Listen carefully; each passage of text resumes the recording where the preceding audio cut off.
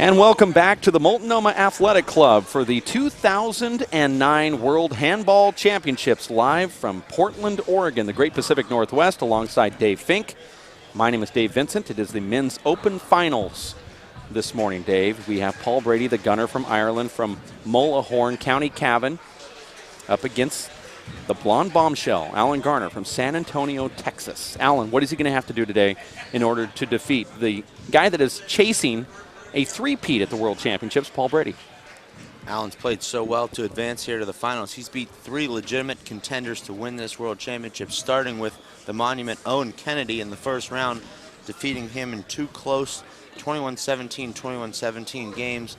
Went on to defeat TGO, the great one, Dave Chapman, followed by another very impressive win against the hot-handed Luis Moreno. All three of whom, Dave, were on the short list to be contenders to win this championship. Alan having certainly the toughest draw of the two coming into this match. Obviously no surprise to see the gunner Paul Brady here. He's the two-time defending champion. He's the five-time defending U.S. national champion, only losing one match in the last 5 years on U.S. soil.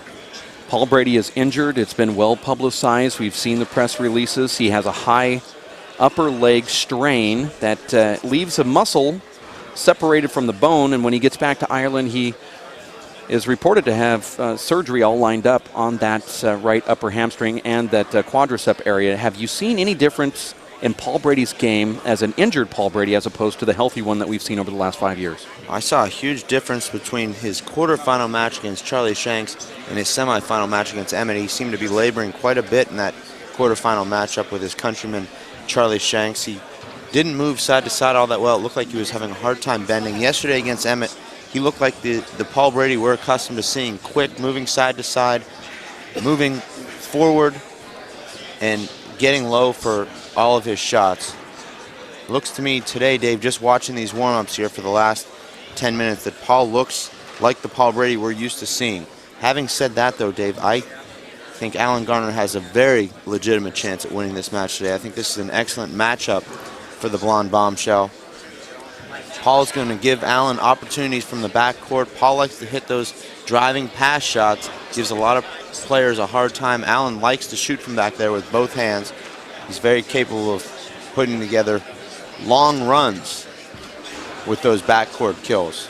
To get you up to speed with what we have, what we're actually looking at here at the show court in the Multnomah Athletic Club, an audience that should be about 200, but I think there's more like 500 people here. Our crew featuring Jeff Kastner on the video work, Omar Lemus on the right side back wall, Jeff Kastner up front on the left side near the front wall. In the engineer studio, we have Chris Garad, and our sideline reporter, Kara Mack, is going to be interviewing friends and family and fans of both of the players, and hopefully the players, after this game concludes. In fact, let's talk to Kara really briefly, who is courtside now. Kara, you know, we look out at the grandstands right now, and there's just hundreds of people here, a lot of buzz going on. Have you talked to some of the other players that were in this tournament, like Owen Kennedy and Tony Healy and players like that, to discuss the matches coming up? I have not talked to them yet personally. I've just told them to be expecting me during the timeout. So we will talk to Owen for sure. He's up there. He's ready to watch. We're still looking out for some of the other players who are going to, I'm sure, show up in the grandstands. They're going to have a hard time finding a spot, though, because if you check out the crowd, huge crowd already today. So it's going to be very exciting. And I know a lot of people here in Portland are coming to watch handball and this huge tournament, and a lot of buzz yesterday about how incredible these players are. It's just never seen athletes like this. So it'll be very fun to watch, especially with these two in the match. Thank you very much there, Kara. We're going to be checking in with you periodically as these games get underway. Hopefully get a perspective from the players after the matches as well. Court 10 is the show court. It's the 2009 Waterford Crystal World Handball Championships from the Multnomah Athletic Club in beautiful Portland, Oregon, the Great Pacific Northwest, as we watch the warm-up between Paul Brady and Alan Garner. Paul Brady, like we said, from Mullahoran, County Cavan, Ireland, making his trek all the way over here to the United States to defend his title and actually go for a three-peat in the World Championships. He's the five-time U.S. national champion, the current Irish national champion, the current All-Ireland senior champion, And pretty much every tournament he goes to, he ends up winning, only losing one time on American soil over the last 5 years. Dave Fink, you experienced this tournament firsthand as a player and as a spectator as well.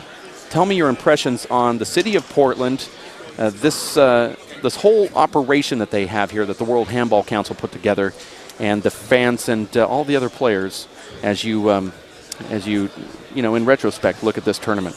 There's so much electricity associated with this tournament. You really feel like you're participating and watching something special. This World Championship happens just once every 3 years. You have all these countries coming together, so many people. We have over 1,000 players playing here, plus probably another 2,000 or 3,000 fans that have come out to watch. And you can just feel the buzz. You can feel the excitement throughout the match.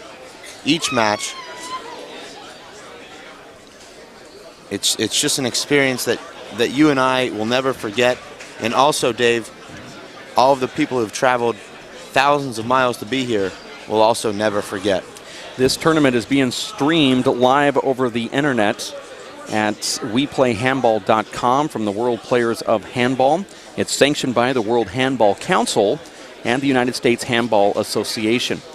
This tournament could not have even taken place without Columbia Sportswear, Waterford Crystal, and the committees that surround itself to these World Games. The city of Portland, Oregon, and all of the boosters, sponsors, those that donated, and volunteers. Over 1,000 participants in this World Championship, and they brought along with them about another 1,500 to 2,000 people. All of the hotels were taken. And when we first got here on the very first day, they had the Portland Marathon. About 30,000 people were participating in that. And the hotels were all packed. What was your time in that, Dave? My time is, it's actually, I haven't completed it yet. I've only done a couple blocks, but we will complete it before the trip is over with. Might be in a taxi cab, but we will complete it. It looks like Tom Sove is going to be our referee. He's a Northern California USHA board member. He's seen a lot of handball. I see Tom Sove out here talking to the players. He is the head of the USHA's Rules Committee. If anybody knows rules, it is Tom Sove. But Kara, you say that you believe Dave Chapman is going to be the referee? Well, that's what I thought I had heard before, but maybe not anymore. Maybe it switched. Okay, there's a possibility. Kara has the inside scoop down there, but we don't see Dave Chapman working his way up the ladder up there. If we look up into the crow's nest where the referees are, we see the president of the USHA, Mike Steele, up there refereeing a side match. But Danny Bell is actually making his way up into the referee circle, and you hear a little round of applause there. I stand corrected. We'll have an impartial referee. We have the American TBB, the blonde bombshell, Alan Garner, facing off against the gunner, Ireland's national hero, Paul Brady, and we'll have a Canadian referee, 13-time national Canadian champion.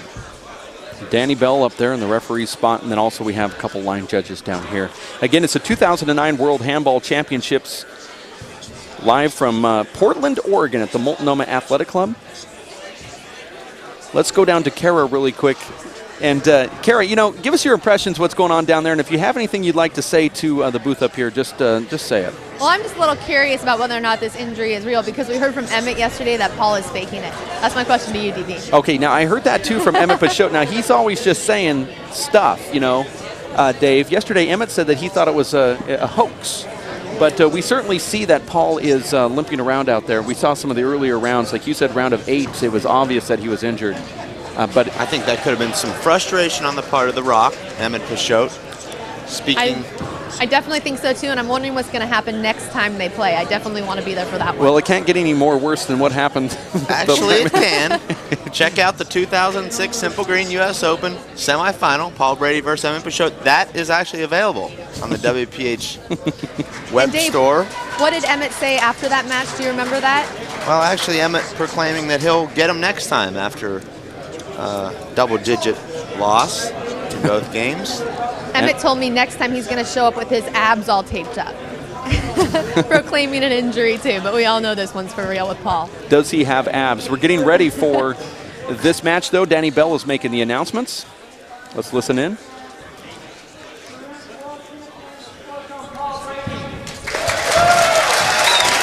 There's the round of applause for Paul Brady, as given by Danny Bell, our referee.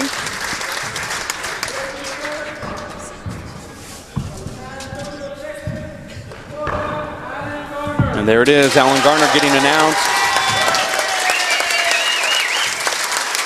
by Danny Bell. They're going to shake hands. 2 games to 21, tiebreaker to 11. In the booth, Dave Fink, and yours truly, Dave Vincent.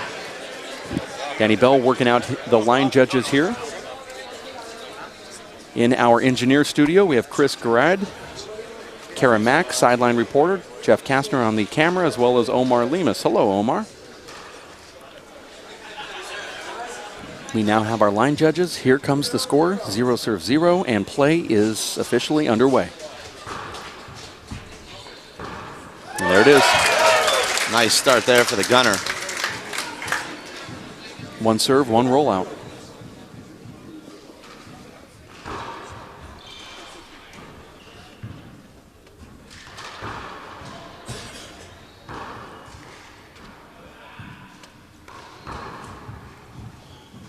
So far, Paul Brady's opponents in this tournament as a collective group, 6.875 points per game. And that includes 13 points in that first game for Mehmet. That's the most points scored on Paul Brady on American soil since last year's Simple Green U.S. Open. And that's the shot that Alan Garner is going to hurt Paul Brady with all day, I think. 1 serve 0. This is the first game. That's a short ball. Alan has the weapons to disrupt the Gunner's train, and I think to take this world championship. Oh, wow. You see it again right there, Dave. 2 kills. The first one from 20 feet with his left hand. That second point, a kill coming from about 33 feet with his right hand. 2 serve 0 just over the line. Paul Brady then gets a return kill in the front court.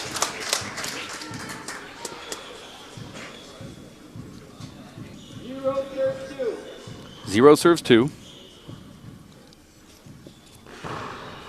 That's a short ball. That serve looked good. It looked like it was about just an inch over the line. Paul trying to sell it with a fist pump, and that ball, I believe, was short.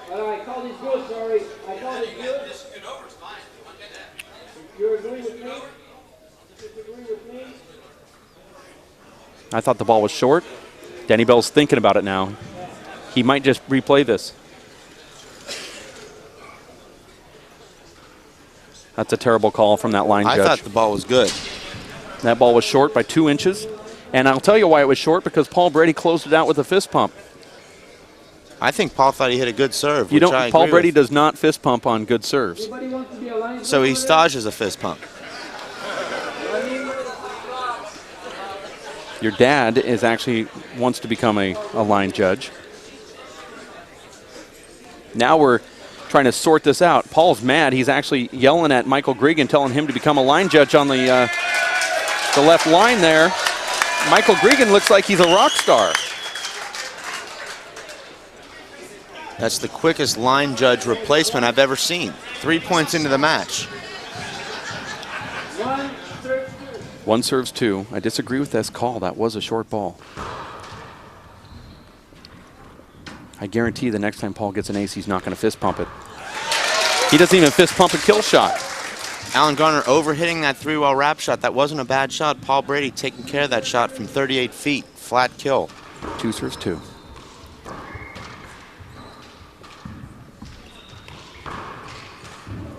This is set up for Alan. It was a double bounce from Paul. It didn't look like a double bounce from here, but side out. We've seen quite a bit of that, Dave. This is the first time we've had this angle high up on the left side glass wall. We can see all those potential double bounces. 2 serves 2. Wow. Like you said, Alan is just going to tee off on that shot over there, forcing Paul Brady to have to use that leg of his.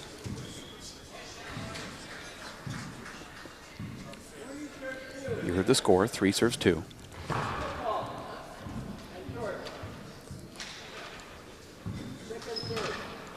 Originally called a foot fault, then changed to a short call, which is a good call. Second serve, 3-2. Alan Garner's up. Nice get there from Paul. Boy, Paul's leaving these balls up today.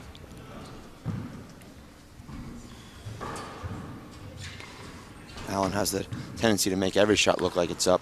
Everything's a setup for the blonde bombshell. Wow, look at that ball. He just blew it past Alan Garner. Actually, that was a mid-speed reverse. 2 serves 3. His mid-speed is still better than most people's. We don't talk about Paul Brady as having one of the top serves in the game, but we've seen over the last couple of matches, Paul Brady able to stretch his lead behind a number of ace serves. Here's a second serve.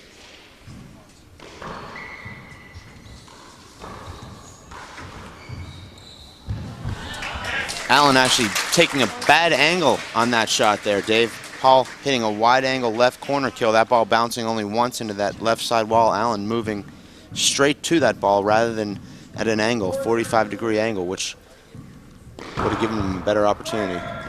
That's going to be overturned. Let's see if it's appealed. There it is. I called it short. One agree, one disagree. Paul Brady's line judge actually agreed with the call. Luis Moreno, actually one of our line judges, behind the back wall. Luis Paul saw Brady, what I saw. so versatile, able to end rallies with the fly kill, the back wall, the Irish whip. Score is 5-3 here. This is the first game. A nice get from Paul. Crowd loves seeing that here. And So does Alan Garner. He loves seeing his opponent hitting shots behind his back. He knows he's going to get a big setup, and he takes care of it. 3 serves 5.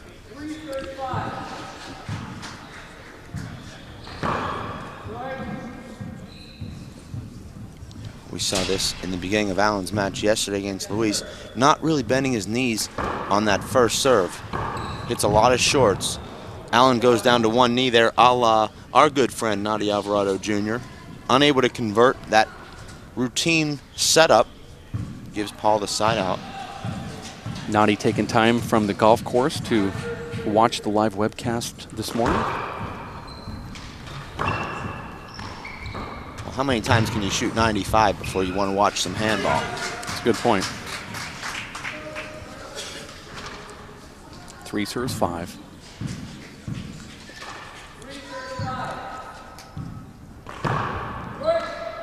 This crowd is so quiet today, Dave, that they're actually listening to our commentary from up in this booth area. So now I'm whispering. 3 serves 5. Second serve. Good serve there from Allen. Jams Paul a little bit.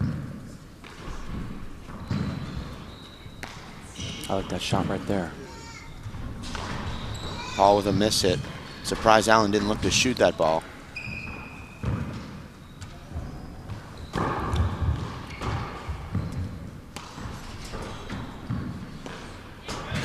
That was a mistake.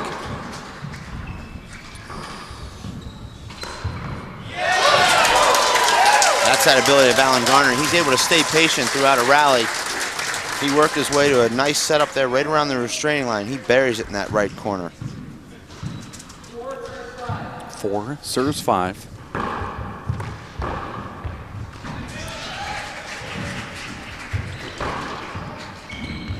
Good shot there from Paul.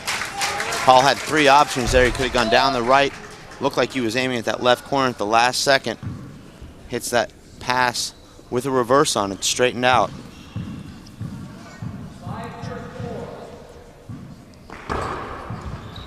Nice serve there from Paul. That serve was only 58 miles per hour, Dave, and just died when it got to that back wall. You heard the score, 6-4. That could have been called a screen, but it wasn't. Love that safety shot Paul uses with his left hand when he's in trouble. This is going to be a setup for Allen. That's an avoidable. Nope. Allen wanted it.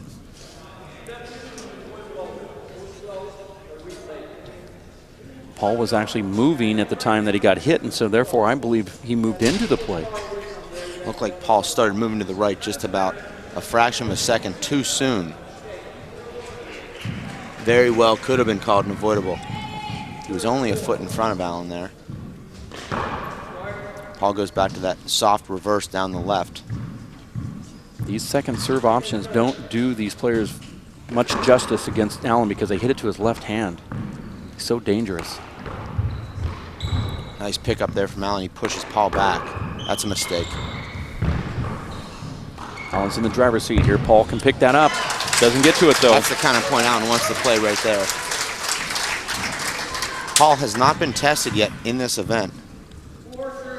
4 serve 6. That's a foot fault. It's a foot fault, and it's not called. Instead, it's an ace serve. 5 serve 6.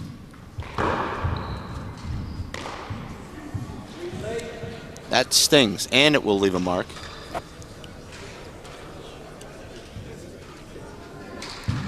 Score again, 5-6.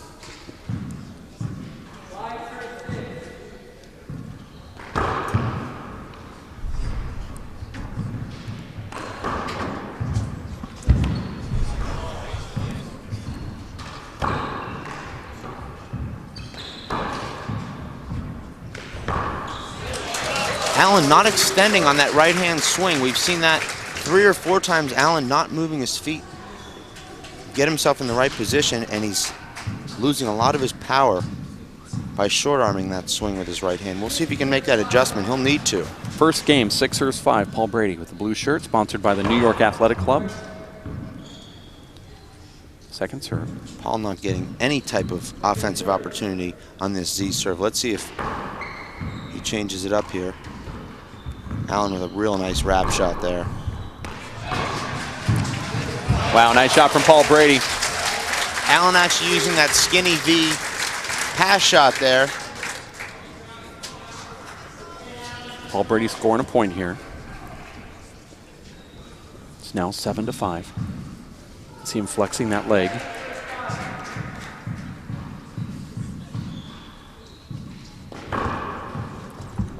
See that reverse?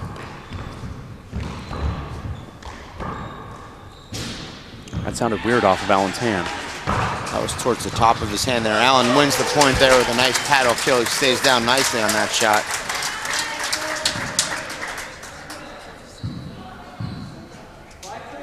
Five serve 7.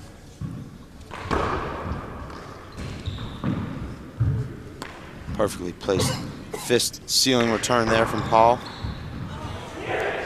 Paul actually driving that ball right at Allen's chest with an overhand reverse. You think at this point in the game, a guy like Allen would still be a little nervous playing Paul, or do you think he's over that by now? Allen didn't look nervous at the start. We saw him kill 3 balls in the first 4 rallies. I think Allen's very comfortable. Gained a lot of confidence in his wins over the previous 3 days. Oh, nice shot from Alan Garner right there. That's an athletic move. Great adjustment. Allen's looking for a towel. It behooves the bombshell here, Dave, to extend these rallies. We know Paul is so fit. He trains so seriously, but over the last couple of weeks, Dave, we know Paul has hurt his hip or his upper leg. That's going to impede his training quite a bit. You don't know if Paul is going to have the legs to withstand a 2.5 hour match here. We'll be checking in with Kara Mack at the next timeout. It'd be difficult for Paul to go through his usual training regimen while he's trying to rest that hip coming into this tournament. 5 serve 7. That was clearly short. Paul even knows it. Surprised Paul isn't appealing this. Now Paul really limping back there. Paul looked like he strained that a little bit. He took a long stride there with his right leg. Does that make you want to go for more crack serves so he has to come up and get those? I mean, we don't want Paul to get hurt, but anytime Paul has to extend forward, it seems like it really hurts that leg. Score is 6-7 here. Paul's so comfortable going to the roof.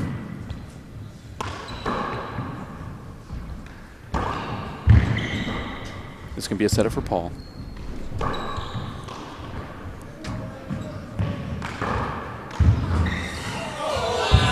And Paul gets it. The crowd going nuts out here. Both guys tired now at this point in the rally. And Allen gets that ball back. That's remarkable, and he gets it again. And, oh, and Danny called a replay at the last second. I cannot believe this. Allen went to get up, and he tripped on Paul Brady's foot. And Danny, looking straight down at the action there, sees that contact and immediately calls a replay. That would have been very difficult to get back. Incredible 47-shot rally right there, Dave.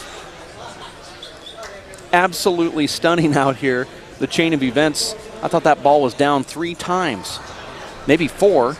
And then at the last second, Allen gets up and he runs and he trips on Paul Brady's foot just really subtly, but Danny saw that and called a replay. It probably at home doesn't look like you'd think there would be one, because that would have been difficult for Allen to get back, but after watching that long rally, how could you deny it? Absolutely amazing, Dave. One of the best rallies we've seen all tournament. Certainly, Allen's been involved in almost all of them. We saw that rally at 20-20 yesterday in the first game with Luis Moreno. Incredible athleticism. That equaling that rally from yesterday's semifinal. This is just 6-7 here. This isn't at 20-20. These guys are playing like it's 20-20. Now it's 7-7. We still have a lot of handball to be played here. It's one of the best rallies I've seen in my short 33 years of playing handball.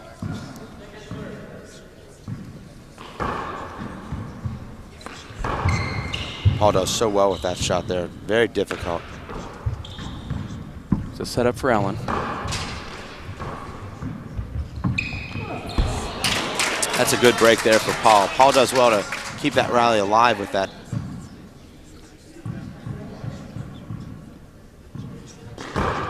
None of the matches since the round of 16 have gone to a tiebreaker.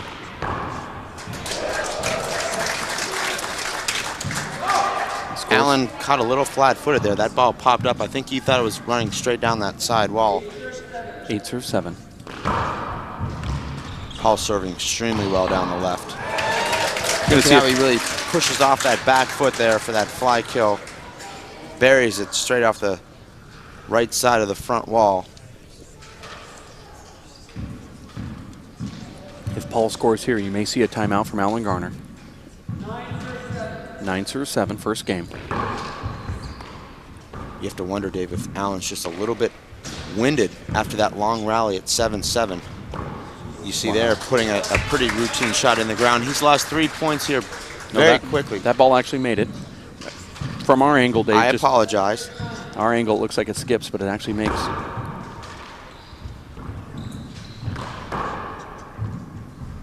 I like that shot from Allen.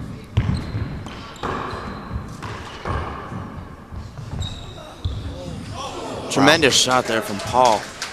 Loads up on that ball and drives that ball across his body down the right side with his left hand, chest high with a reverse.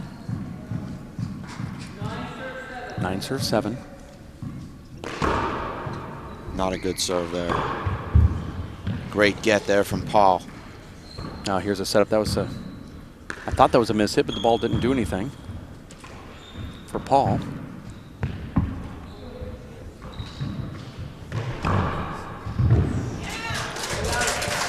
That ball pops up there for Allen. We saw him do that double clutch move there again. We've seen that throughout this event. Those slow balls that come to his right hand seem to give him the most trouble. 7-9.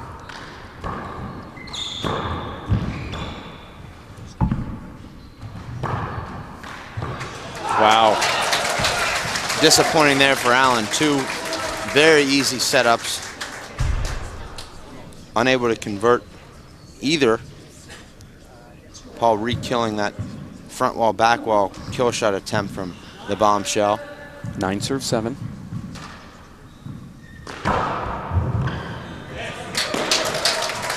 Allen appealing this serve here. Well, he's appealing it because Paul did the fist pump. That serve looked to be about 4 inches over the line to From me. our angle, yeah, I thought it was good too. but Paul doesn't fist pump when he gets an ace serve. And here comes the timeout from Alan Garner. You disagree with me on that, I'm assuming, but you were Disrespectfully, of course. I was fishing for that. Let's go down sideline really quickly. We have Kara Mack standing next to the monument. Owen Kennedy, Kara. I am. I'm with one of the top Irish players, Owen Kennedy here. He knows Paul Brady's game better than anyone else here on the sidelines. What do you think about Paul's game today?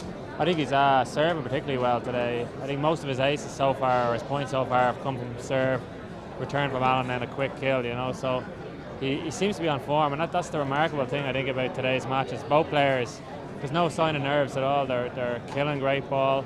I think maybe they've only skipped one or two in between them in the whole match, which is pretty remarkable. You see him limp a little bit after some of those hard points. Do you think he has a lot in him today to win this? Oh, I think he's got plenty in him, to be honest. I mean, he looks good. He's moving really well. Maybe after the rally he might be feeling a little bit of pain, but when you're watching a move like that, it doesn't seem to be too much wrong, you know? Yeah, well, his game looks like it's not faltering at all, but this is going to be a tough match for him, it seems. I mean, already being 11-7, he's been taking on a lot. He's been winning these matches so easily the past few games. Yeah, I think that'll stand him as well over the course of the whole match, that he's come through relatively unscathed, you know. He's had 3 relatively easy games, whereas Alan's had to fight all the way, you know. All right, they're starting to play once again, but I wanted to ask, too, what is he best known for in Ireland in his game? Paul, is it? Just real power, really, to be honest. He generates power. Even when he's completely off balance, he has the ability to just generate a lot of power. And, you know, he's very tough mentally as well, so he's going to be hard to beat today. All right, thanks, Owen. Thanks for Kara. coming to the States. No problem. Thank you very much, Kara. Brought up 2 great points about Paul Brady. Mentally, he's as tough as they get, and with his power, even when he's off balance, Dave, Paul is atop everyone's game on that. Owen said more than 60 seconds than we've been able to say in 4 days here. The score is 11-7. Owen picking up on Paul's serve thus far today. It's been a tremendous asset. Wow. Paul's already hit 3 aces. He's earned a number of setups off that reverse down the left. That's really helped him build this 5-point lead here.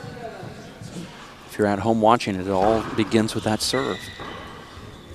And Paul's showing you why. Wow, Alan just stunned Paul with that. Paul was stuck behind him there, Dave. It's a smart shot from Alan. Alan takes away Paul's time. Paul expecting that ball to come off the back wall. Alan has enough strength to drive it in the corner. 7 serves 12. That's a short ball. Alan's not going to appeal it.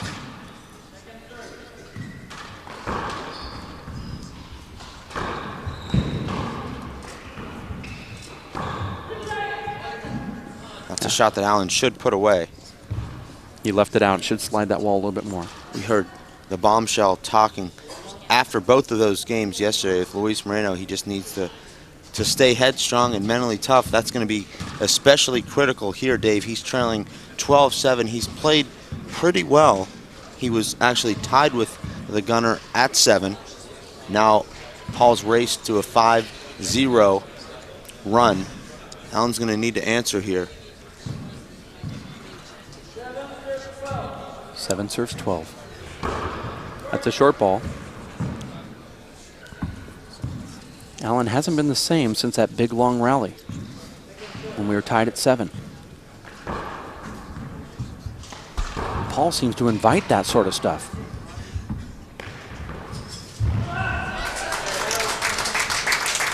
Paul with a nice pinch kill there off the back wall.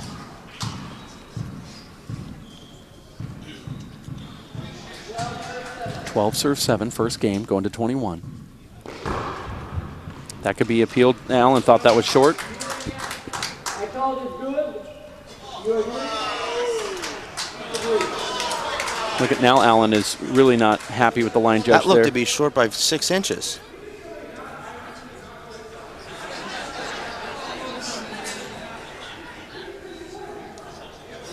I might have to agree with you, Dave Vincent, about the fist pump after the short serve. He's 3 for 3 on those. He doesn't do it when he gets the ace on the good serves. Why is he doing it only on the short? He's trying to sell the referee.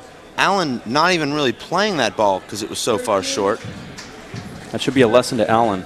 He needs to play through everything. 13-7. Paul goes down the right, not a good serve. Alan's not happy right now. It'll turn to frustration if Paul wins a point here. There it is, side out. Now Allen feels somewhat better with himself here. Allen said to Paul, you've got an Irish guy on the line here, and then Paul points over to Luis Moreno, so you got an American guy on the other line.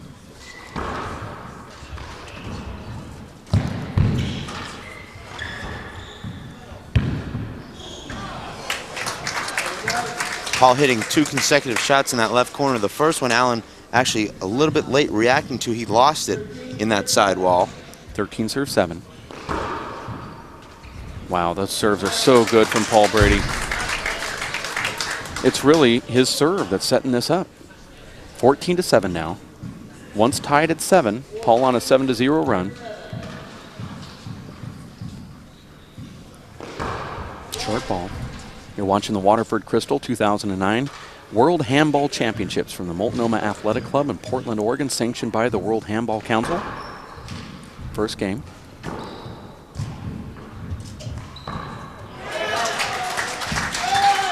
Both players a little bit surprised by the hook on those last 2 shots, both making the adjustment. It looked like they both threw reverses.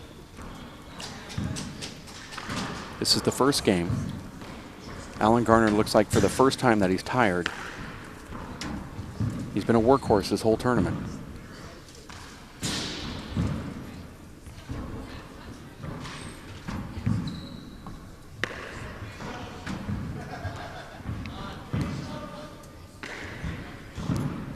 Both players just playing defense, looking for their opening. Here's the opening right here.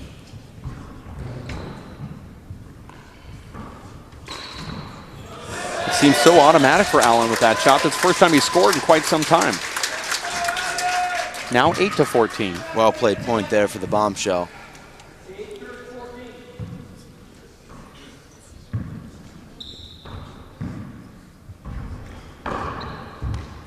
Here's another setup. Allen not electing to use his left. I'd like to see Allen come in and take that ball out of the air. Double bounce, good call from Paul. 2 straight points now for Alan Garner. Allen takes care of that shot. Surprised, Dave, that I don't see players taking that ball off the front wall when the opponent flips the ball into the back wall of the front wall on a retrieve. Oh, you just missed this. Allen deking Paul Brady into that underhanded, left-handed serve that goes down to the left, and Paul was scooting over to the left, and Allen just threw it to the right side. Paul had to run over there to get it. 14 serves 9.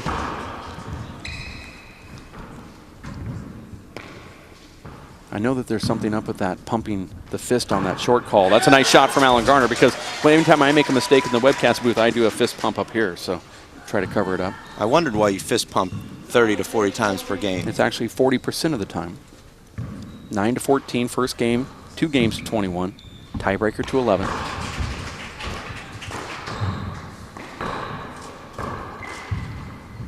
It's another one of those great shot there from Allen. rallies. The crowd here appreciates what they're seeing. 10-14.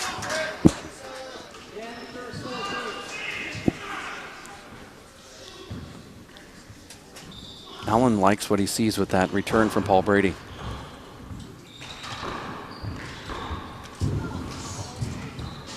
Great shot there from Paul. Paul runs in and covers that fist kill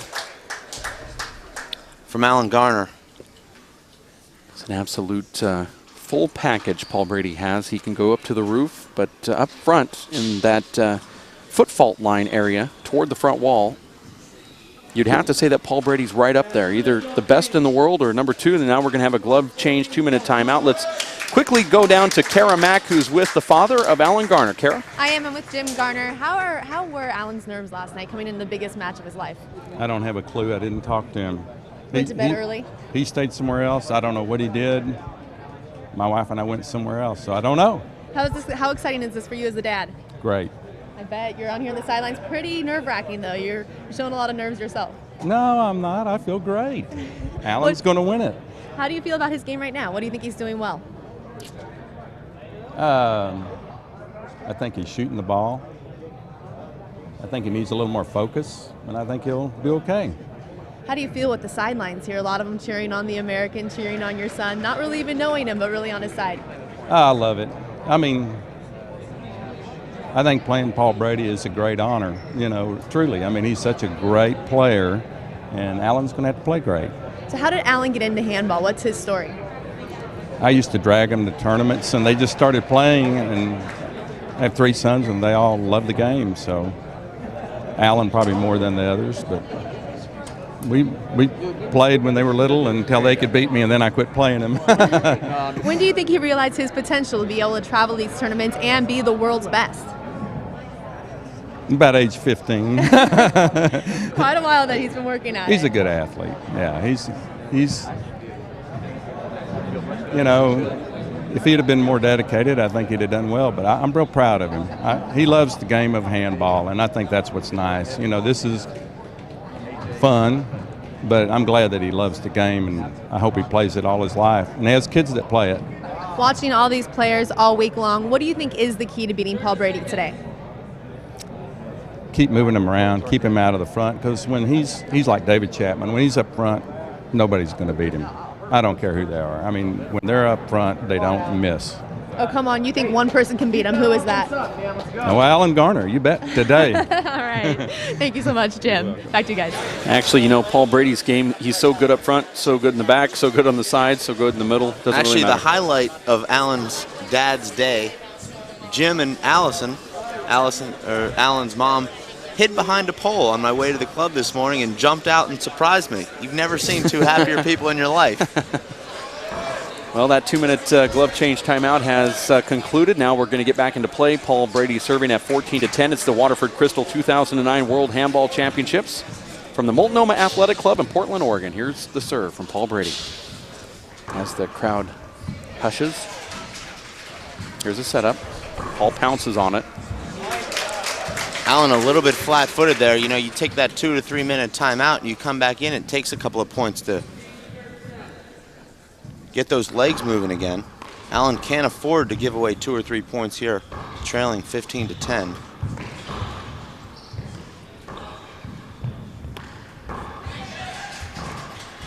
Oh, nice dig from Paul Brady.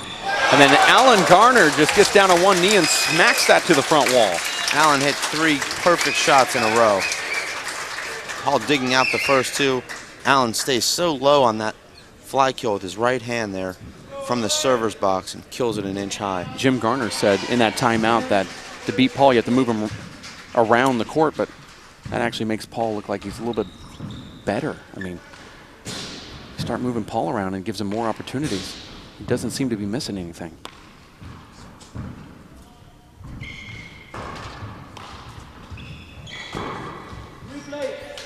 Now there's a fist pump from Paul Brady. Always trying to sell the fist pump. That time to no avail. Paul knowing that he missed his spot there badly. One of the few errors you'll see Paul make there in the front court. The announcer's curse. 11 serves 15. That's the first ball Paul's hit in the ground from inside the server's line this event.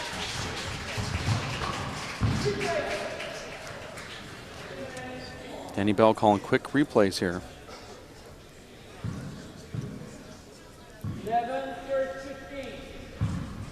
11-15.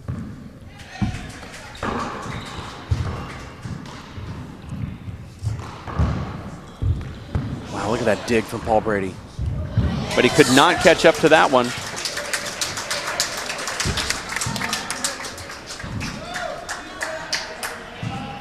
Now it's 12-15. This is the first game Alan Garner serving.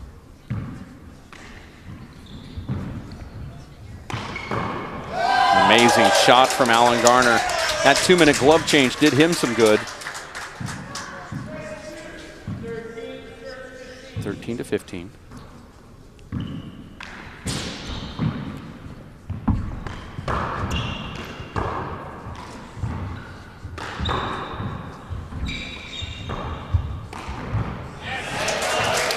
You see Paul able to maintain his composure, such a big moment. He's got a very hot Alan Garner charging, scoring 3 consecutive points. Paul calmly steps into that ball and drives it to the right corner, gets the side out. 15 serves 13.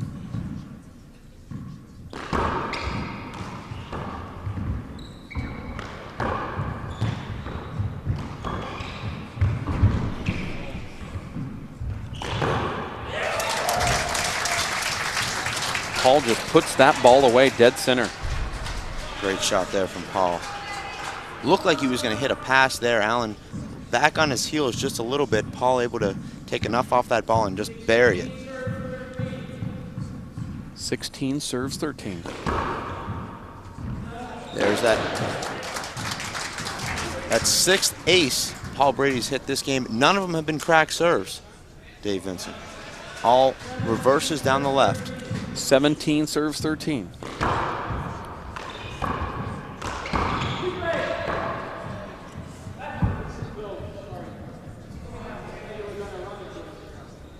Danny has a tendency to call these replays too soon. It's never too late to call a hinder, but if you call it too soon, you've taken an offensive opportunity from the player. Well, Allen's still chirping at Danny up there. That's a nice return. There's a setup for Allen.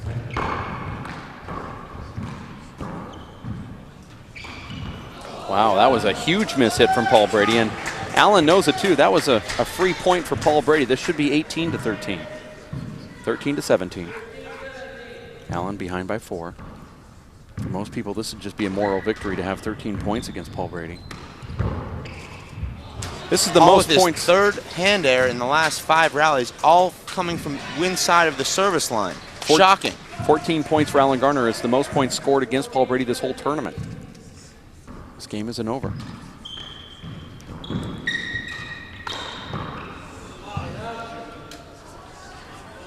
That's Allen's shot right there. That's the shot that he wants and he'll take.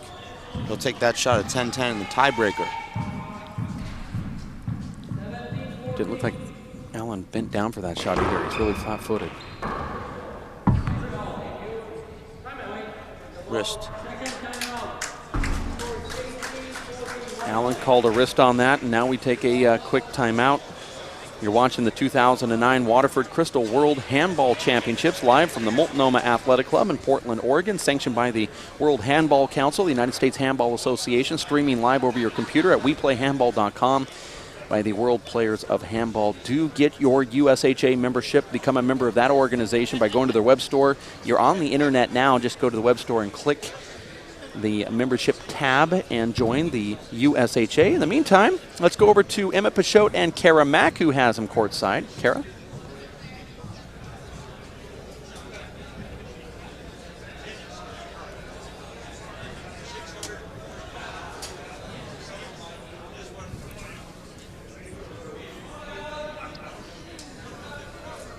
Seems like we're having a little bit of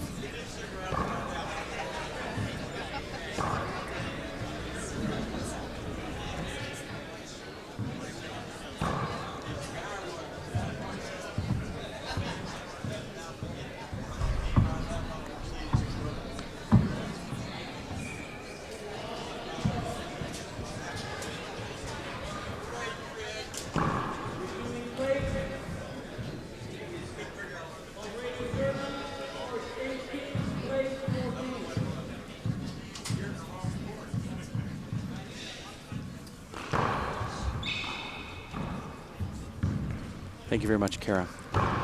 18 to 14 as the scores were back into play now. very interesting words there from Emmett the Rock.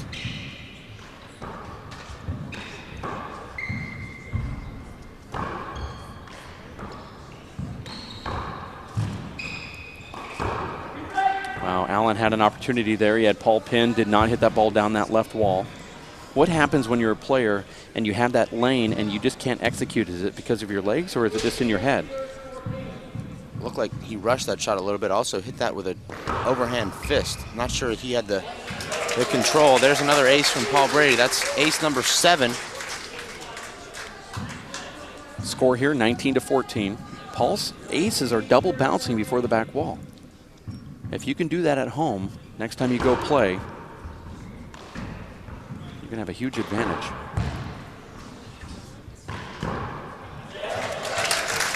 Paul Brady with 7 aces here in this first game. Alan Garner with only 1. Paul leads by 6. Really, that is the difference here in this game. Alan. We had some technical difficulties with our audio with Kara Mack the last time we took a timeout.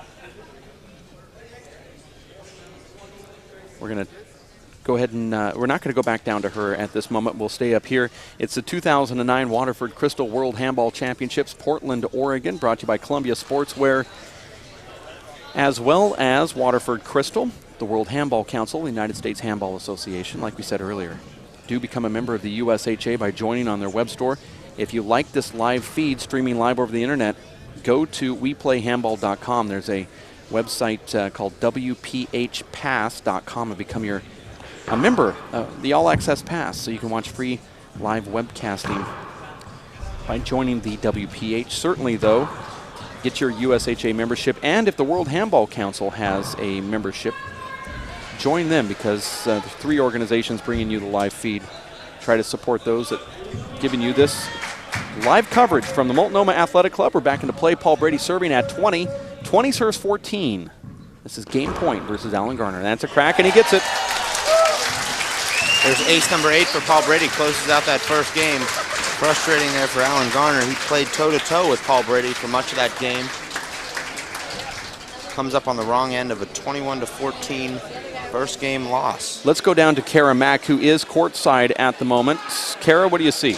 I am courtside. My mic is now working, so you guys can hopefully hear me. I was talking to Emmett Bachot earlier, and I'm going to try to grab him here again, because I talked to him yesterday, and he was kind of saying some controversial things with Paul Brady and his injury. So I'm going to find Emmett. Give me a couple minutes here, and we'll hopefully have a good interview with him. Actually, I see Emmett. He's standing near the American flag between court number 9 and court number 8, if that helps you out.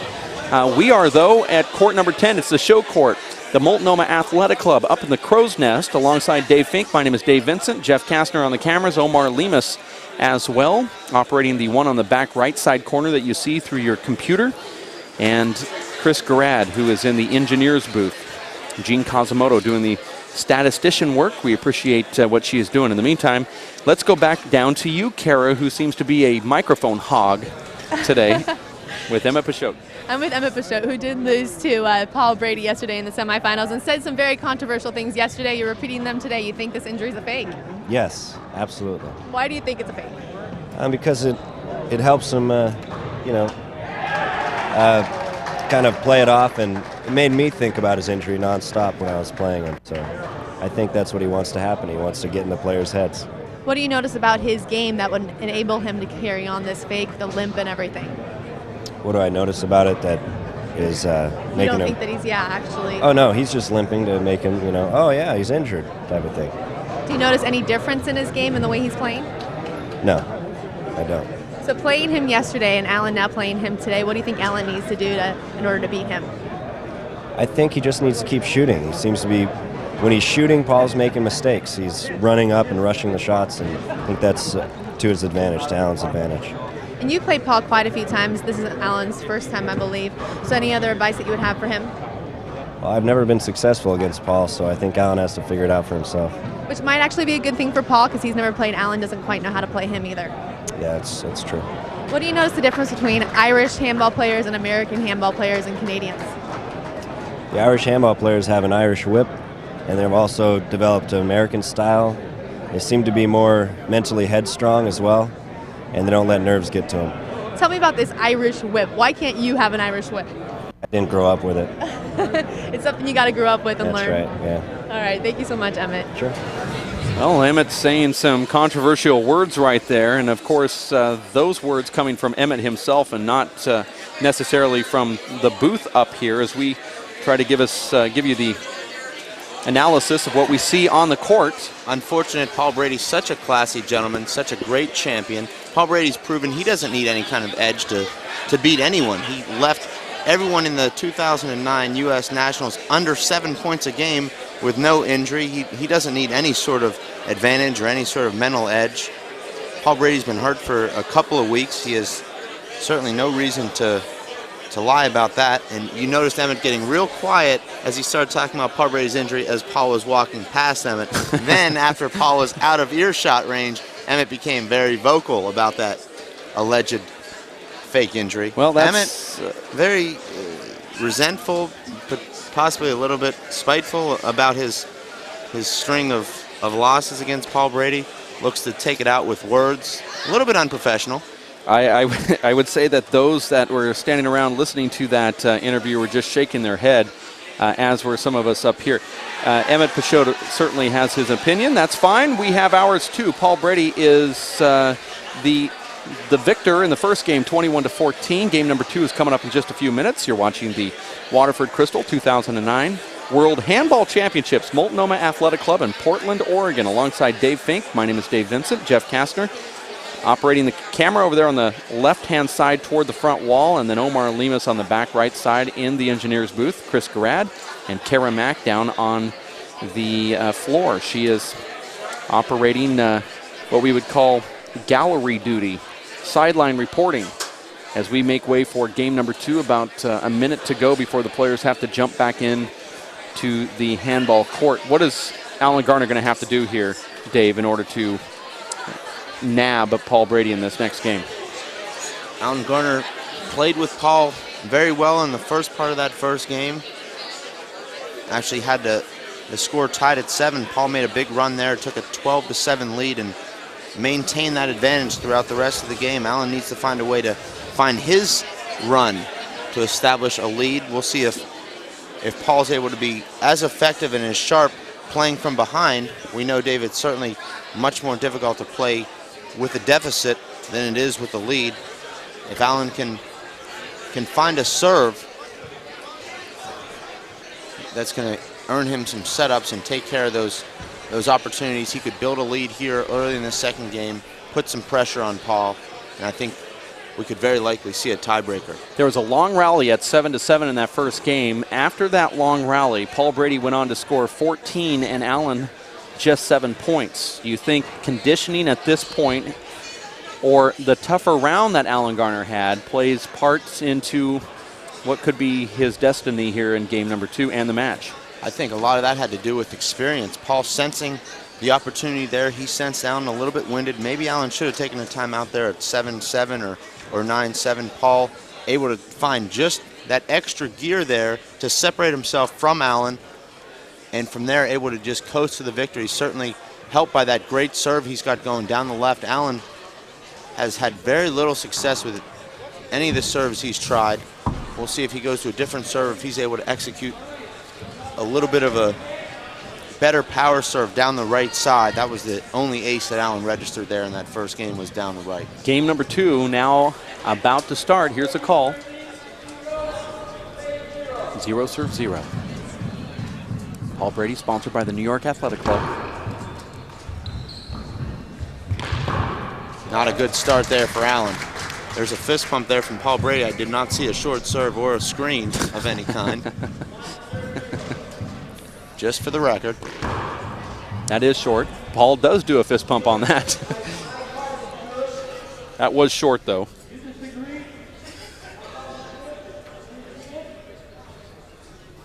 Danny's thinking about what he's going to call. That ball was clearly short. Not so sure about clearly. There was reasonable doubt there. I would have called it good. There's another one that was very close. That one was over. Okay. Smart shot there from Paul. For those watching at home, you see Paul having Allen pinned on his right hip. Paul uses that wide angle right corner kill to angle that ball away from Allen. Smart shot. 2 serve 0. Paul can jump out to big leads. We saw that in pretty much every single one of his matches. Now 3-0 versus Alan Garner, and another fist pump. 3 points for Paul and 4 fist pumps if you're at home keeping score. Which I am. Keeping score, that is. Well, you're at home in this webcast booth. I don't know where that would be. Paul wasn't screened. There might have been some contact.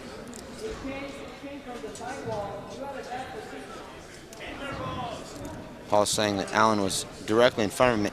Certainly looked by his reaction that he was screened. That ball hit Paul in the thigh. But according to Emma Pachot, that getting hit in the thigh didn't hurt. Surprised Allen sticking with this slow serve. Paul's put that ball to the ceiling and put Allen in the deep court with each one of those serves. And there's a miss hit from Alan Garner.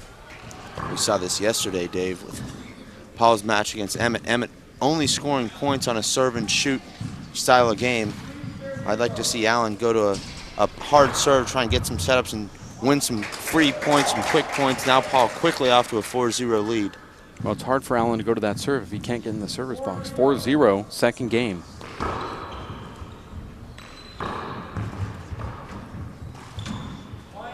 That ball skipping in. Paul is just going to try to take care of this one as quick as possible. Allen Garner calling a timeout after going down 5-0. It's the second game. First one went to Paul Brady, 21-14, the 2009 Waterford Crystal World Handball Championships. Kara Mack is someplace. I think she's up on our level here. Let's go to Kara.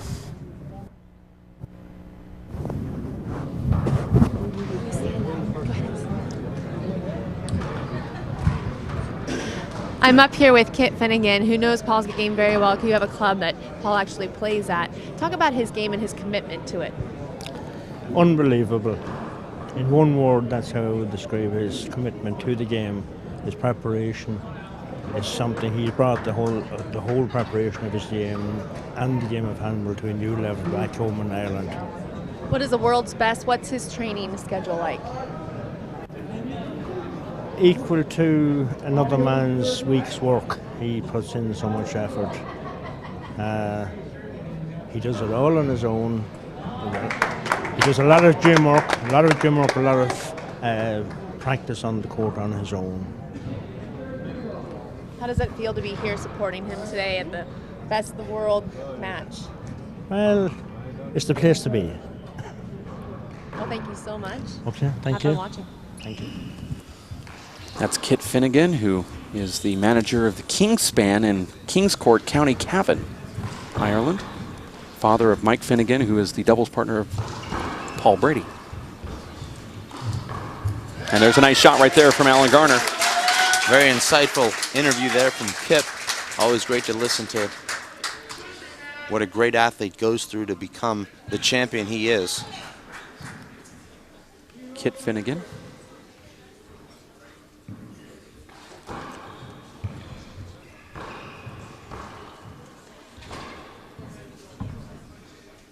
Oh, Paul fought that ball off. Still able to kill it. Paul like a tiger in there right now. He's pounced on his prey. He's all over the court. He's dictating every one of these rallies.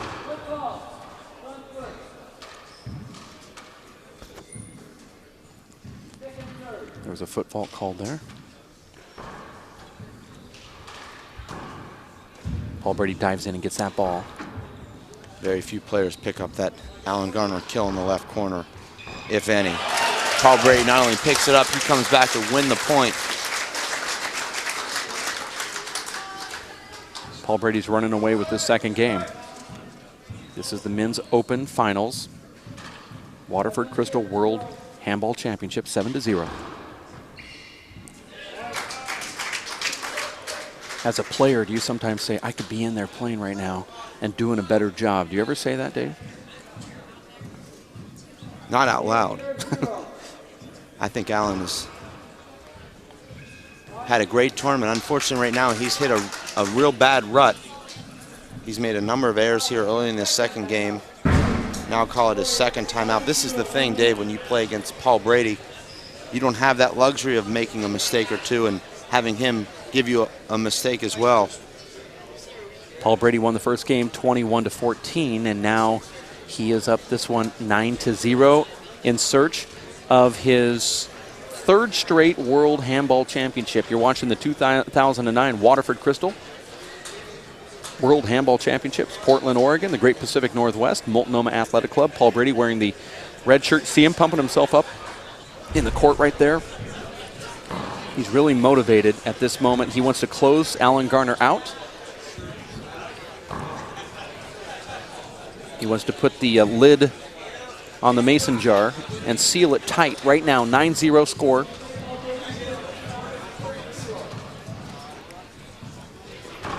Oh, Allen looking to the left side. Play back in, Dave. A lot of people may allude to Allen's conditioning here. The reason behind this slow start. in this second game. It looks to me that Paul Brady has just demoralized Alan Garner. That's a bad call. That's such a late call. Paul was on his way back to the retrieving area. It was such a late call. Paul Brady put himself in a bad position, so Alan hit the ball there, and Paul didn't even fight to get to it.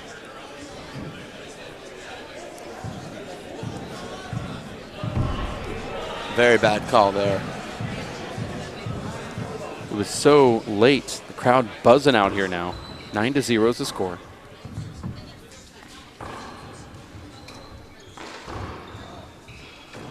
There it is. That patented Alan Garner left corner kill with the left hand. Looks so comfortable with that shot. 0 serves 9. That looked like a short serve, about 6 inches short. I thought it was short as well. Both disagree. Alan gets his call overturned. Alan can't buy a call right now. Trying to use a lifeline out here. 0 serves 9. Almost gets another crack. Uses his left.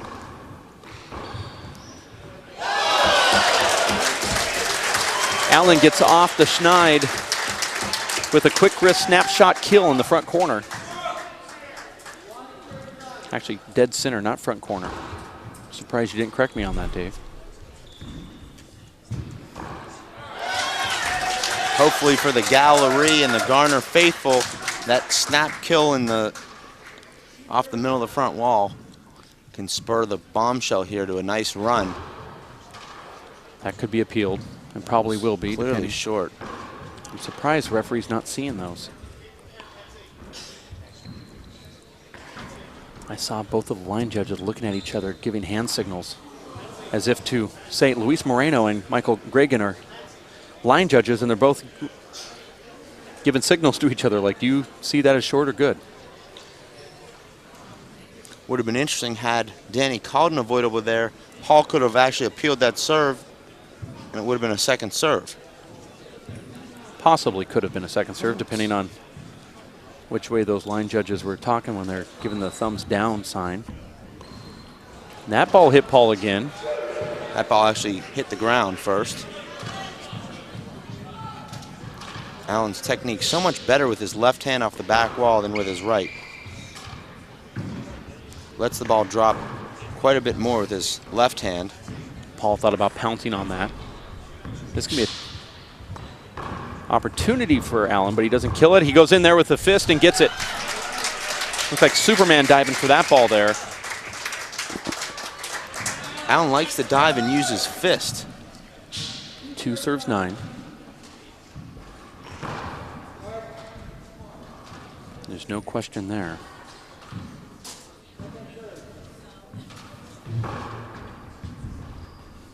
I like that serve from Allen. Unfortunately for Allen, mishits that setup opportunity, gives Paul the opportunity, and Paul crushes that ball down the right with his left hand. 9 serves 2.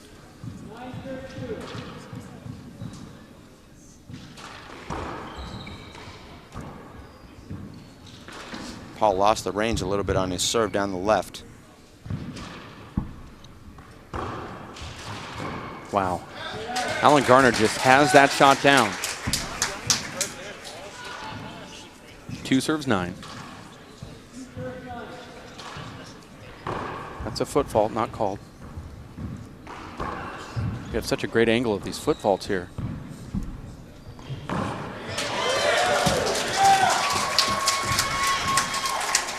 Wonder why we're not actually the line judges up here. We've done that before with the headsets on. With a great deal of success, I might add. Oddly enough, you and I don't ever really agree until we're line judging. Makes me believe that most of the stuff that we do is all for show. Until it's official. 4 serves 9. This is the second game. Allen loses the first one, 21-14. He was down 9-0 at one point.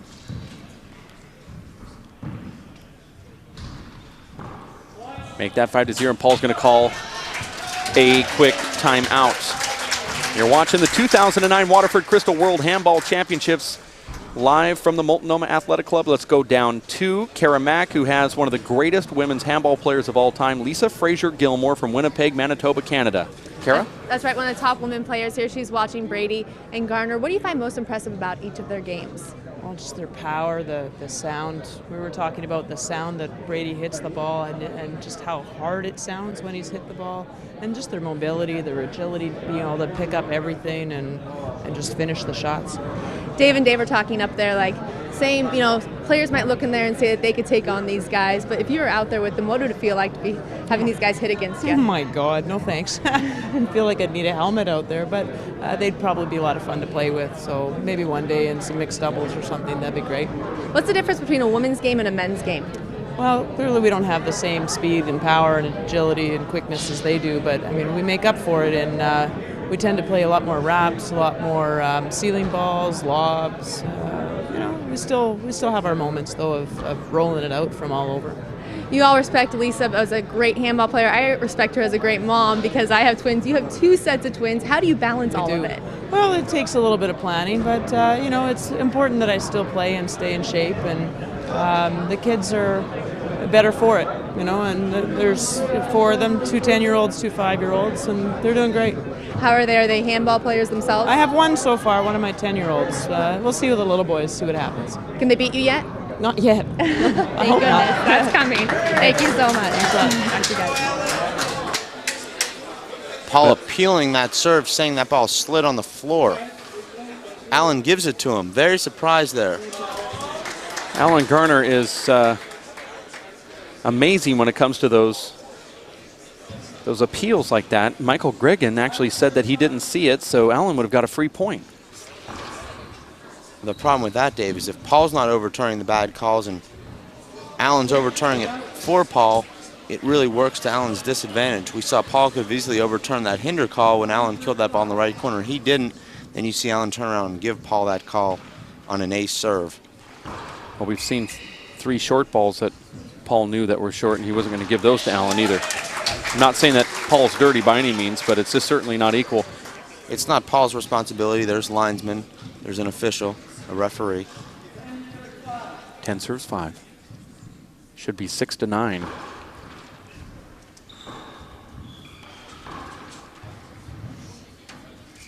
But you know what? Allen might have seen that ball slide too. And if he saw it, then he has the right to say that. Certainly does. This is a gentleman's game. You wouldn't know anything about that. So you're there. I'm not leaving there until Paul Brady gets out of the service box. 11-5. Won the first game 21-14.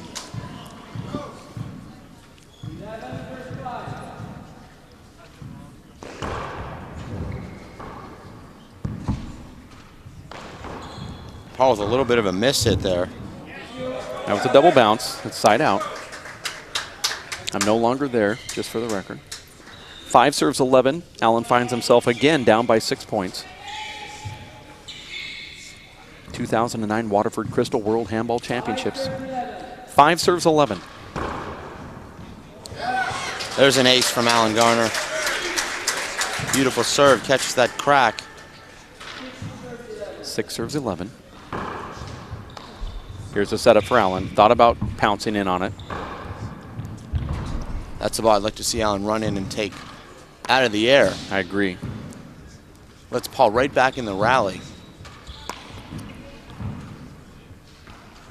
Both of these guys very comfortable going to the roof. Here's a big mistake right here from Allen, though. Nice shot there from Paul. He goes to that Irish whip. Usually he'll hit a reverse with that Irish whip, straightens that ball out. Actually hit that ball at 79 miles per hour. That reading thanks to Jean Casimoto. She's down there behind the players. 11 serves 6.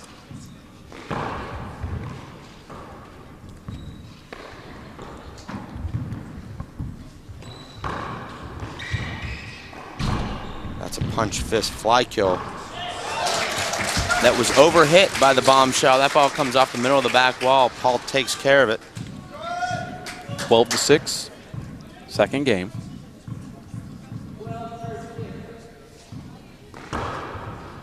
There's another ace there from Paul. Allen not making that adjustment, trying to let that ball come to the back wall. That's the 9th ace Paul's hit down the left. virtually the identical serve. 13 serve 6. Paul's going to peel that, but that was clearly short. Maybe 4 inches short. We see our linesman at the back wall agreeing. They didn't even flinch, almost as if to say, so obvious. That's a rare swing and miss from Paul Brady. In one wall, Dave, players are granted 3 appeals per game. If your appeal is overturned, it doesn't count against you. If you have 3 appeals that the call is upheld, you're out of appeals. Very similar to the NFL.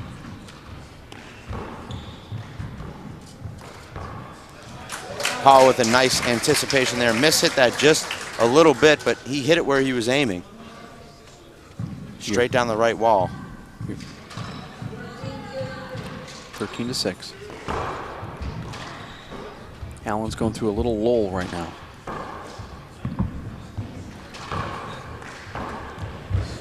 Nice get from Allen. Big setup for Paul. And Paul is unstoppable right now. Allen's going to have to take a timeout.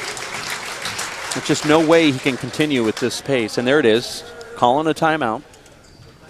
This is Allen's 3rd and final timeout of this 2nd game. He still does potentially have a glove change to stop Paul's momentum should his gloves become wet. I'm surprised Danny right now doesn't ask to see their gloves. That should be the responsibility of the referee. We talked about that just 2 days ago.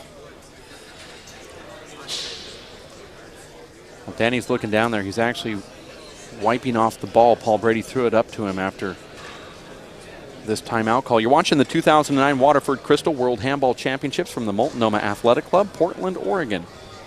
Alongside David Fink, my name is David Vincent. Kara Mack down in the gallery, and then Chris Grad in the engineer studio, Jeff Kastner on camera number 2, and Omar Lemus operating camera number 1. Just had a great interview there with the legendary Lisa Fraser-Gilmore. She was sitting next to WPH Pro Stop namesake RFC Rodney Fink. Surprised we didn't get him on the camera. He made his image known. Kara Mack goes up to Jerry Healy, Tony's father, and asks if she can get him on to the microphone, and he said no. So you know what, Kara? The best thing to do is just go up to him and just start talking. I'm not that cruel, DV. I am. 14 serve 6.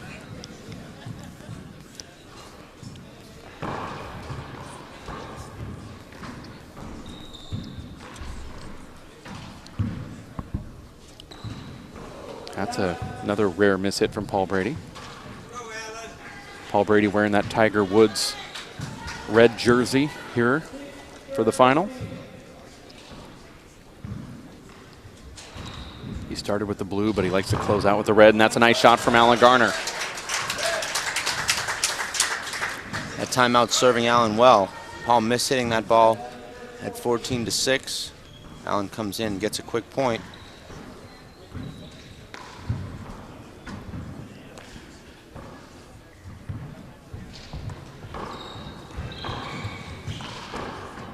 I like that shot from Allen. That ball squelching around the back. Beautiful corner. shot there from Paul. Hard to appreciate just how good that shot was. I can see that you don't. Oh, I thought it was a great get. Had a lot of power, too.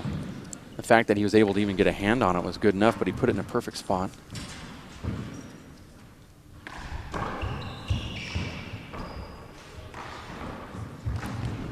Ah, nice get from Alan Garner. I also appreciate the fact that you don't appreciate how much appreciation I have for your analysis of this match. We saw that ball about 18 feet off the ground for most of that last rally. Allen trying to go low there and kill that ball with his left. That's the right shot there. Just didn't convert it. 14 serves 8. This is a dangerous moment in this match for Alan Garner.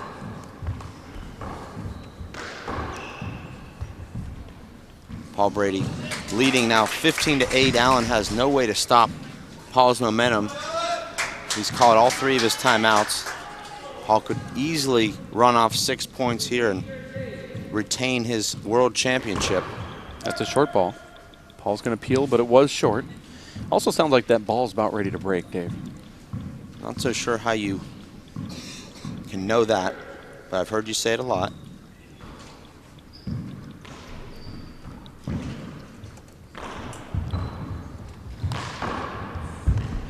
Wow, Paul caught up with that ball. Nice shot there from Allen. It was a great get there from Paul. He knew that Paul was going to pop back toward the center, so he went right back down the wall again. 8-16.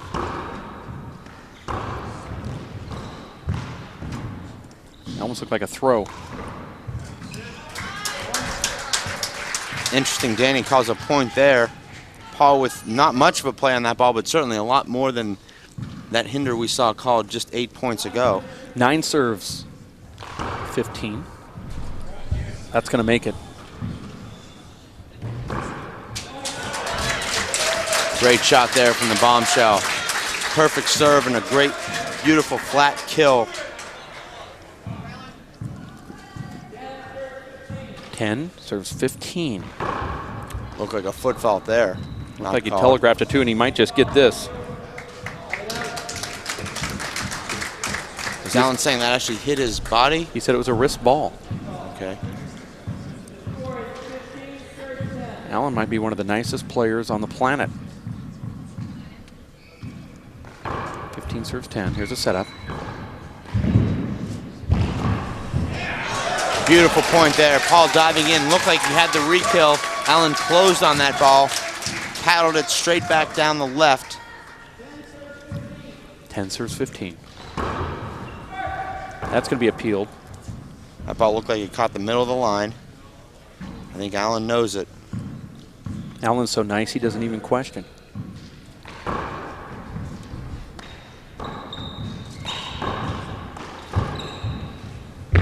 Nice get from Allen right there. And Paul digs the ball into the ground up front. That's a very tough ball to take out of the air, Dave, because that ball is coming down at that strange angle. Allen sort of mishitting that ball when that ball hit the front wall. That ball hitting that front wall with that side spin actually causing that ball to dip as soon as it does hit the front wall. Paul coming in, unable to get his hand underneath it, and skips that ball. I like the idea, just a difficult shot to execute. Good call there from our referee, the Canadian. It appears that when Allen goes down the right wall, he foot faults more often than not. I've seen 3 in a row that weren't called when he goes down the right only. That's actually true. Allen's stride is a little bit longer when he goes down the right. Paul usually so good at picking that ball up off the side wall. That ball just had too much heat on it from Allen Garner. Slides that side wall. 12-16 here. Oh, he put some junk on that. Now he's going to tack up front. Paul's able to get it.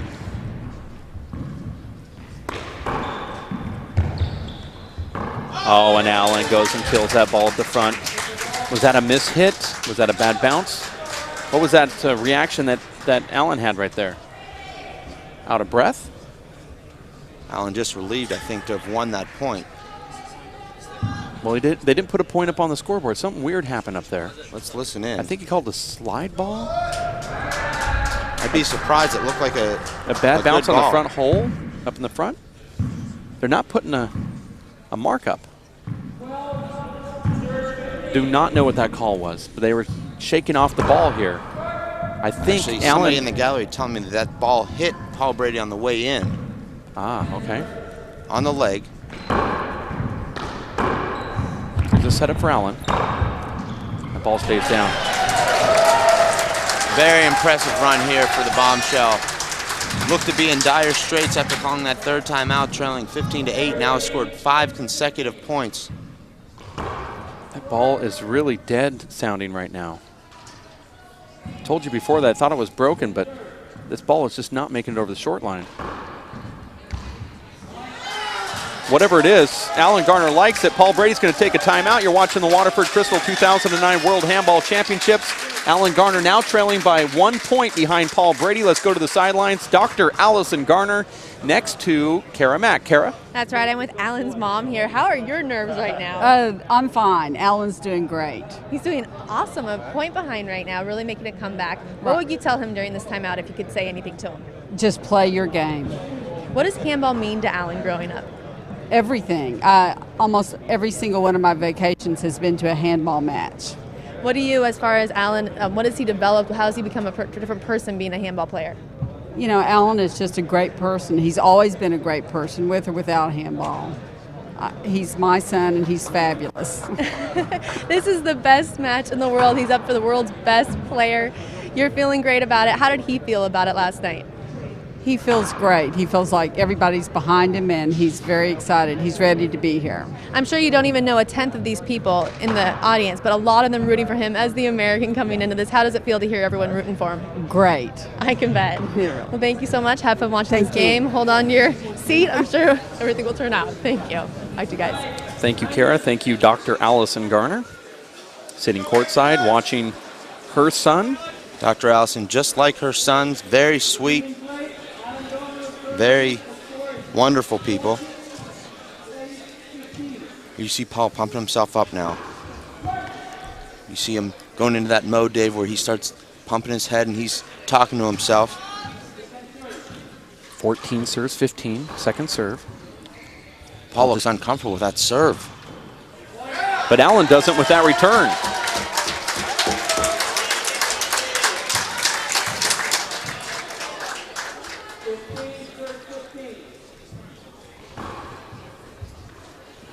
Now it's Alan Garner with all the momentum. Oh, are you kidding me?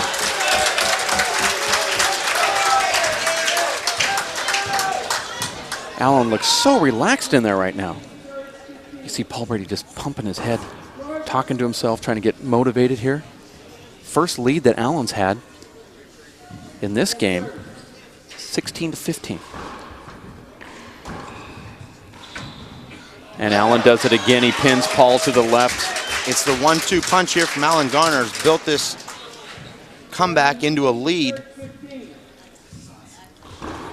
Just over the line, Paul Brady throws his own power out there. Paul looks a little bit out of sorts right now. Just swing away. Oh, look at that shot from Alan Garner. Underhand dump kill, left corner, 18-15 now. Alan Garner ending the last 7 rallies with flat kill shots.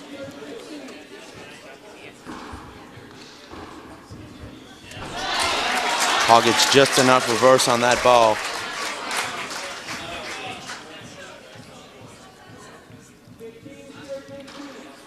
Fifteen serves 18. It's a nice fist to the ceiling.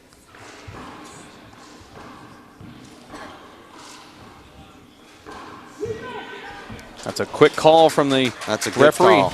Danny Paul Bell. looks to me like he's trying to force the action just a little bit here. Not as patient as we've seen him. Paul really being pushed here. 15 serves 18. Allen has a setup, and he gets to it, and he kills it. Paul Brady, though, return kills it in the front. How did he get a hand on that? Allen a little bit too casual with that kill there. Thought he had Paul completely out of position, just sort of steered that ball down the right wall, and Paul came out of nowhere. Got his hand on that ball and re-killed it. 16-18.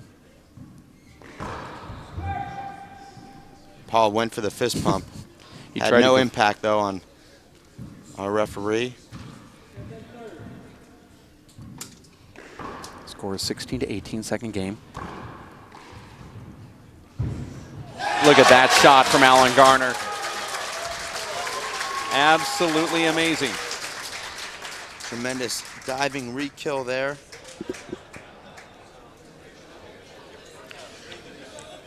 Cannot believe what we're seeing out here. Alan Garner was once down 14-7. Now Actually called his third and final timeout at 15-8. Looked like the writing was on the wall. Paul Brady looked to have that crystal in hand. Not so fast. Alan Garner on a 10-1 run at the moment. 18 serves 16. You're watching the 2009 Waterford Crystal World Handball Championships from the Multnomah Athletic Club. Game number 2. And there's an ace serve for Alan Garner. A la Paul Brady. That's the serve that Paul has used throughout this match. $19 serves 16. Oh, that's a good serve again. Here's the setup. Allen hits that. Very unusual. Another chance, and he takes care of that. I do not believe what I'm seeing here, Dave.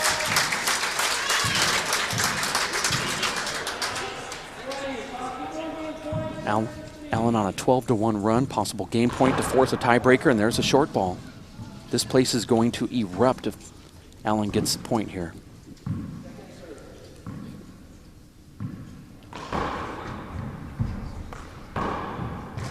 There it is. We are going to go to a tiebreaker. Listen to the crowd here at the Multnomah Athletic Club. This crowd clapping in appreciation. I think they're stunned, as are we. Allen Garner trailing 15-8, looked to be down and out. Looked like, you know, Allen Garner played such a phenomenal tournament. Unfortunately, we thought it was coming to an end here in a 2-game loss to Paul Brady. All of a sudden, Allen Garner becomes the Allen Garner that we've seen, Dave, at times throughout the last 3 or 4 years. Allen Garner actually on fire, completely dominating the world's best there to force this tiebreaker. We'll take a 5-minute break here. The players will regroup, and we're going to regroup as well. Try to recover from that incredible action that we just saw. Okay, we're going to take a quick timeout. We'll be back in just a couple minutes. Kara Mack is going to get another person behind our microphones for Chris Garrad, Jeff Kastner, Omar Lemus, and Dave Fink. My name is Dave Vincent. Stick around. We'll be back with more 2009 Waterford Crystal World Handball Championships in just a bit.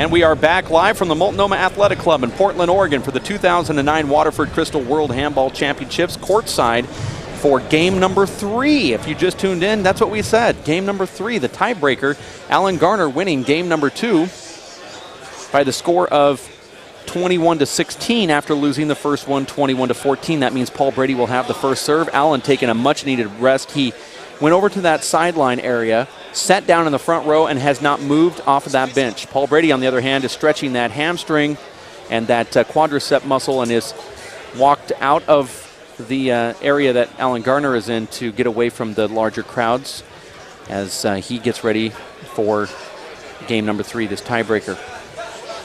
Kara Mack is in the middle of all of this action, and I know that she's trying to line up another interview. I can't see her, but let's just go to her really quickly. How's the buzz down there, Kara? The buzz is great for Allen. I was just behind him on the sidelines, and he got the piece of support from his girlfriend. She just said to him, you know, I love you. You're playing awesome. And she's just amazed by just both of them and the athleticism of the sport.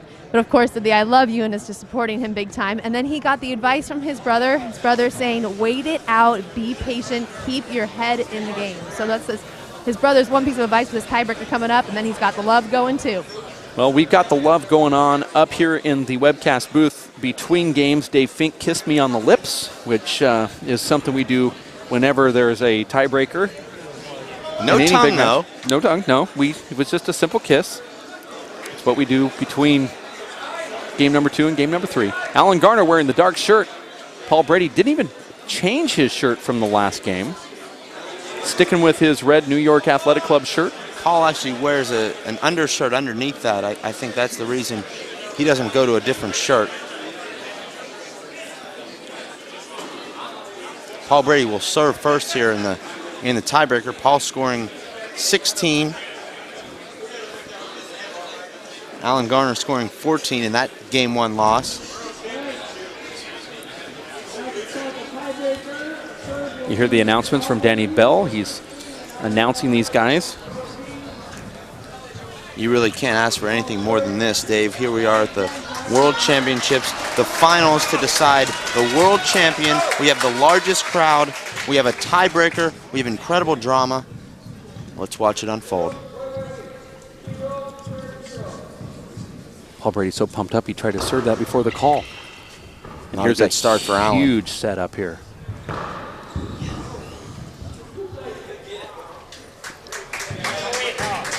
That was a slow call from Danny Bell, but the right one. Paul just put his hand on it and caught it. Alan's glad that they're replaying this too. And he does another huge setup right down the middle. This time Paul hits the crack. That's a replay of that first point. Paul, not a great shot with either of those back wall shots, able to get the point there. 1-0, we're going to 11. That could There's be. that ace there from Paul. Paul actually hitting that ball at 67 miles per hour. We saw him hitting that serve in the 50s.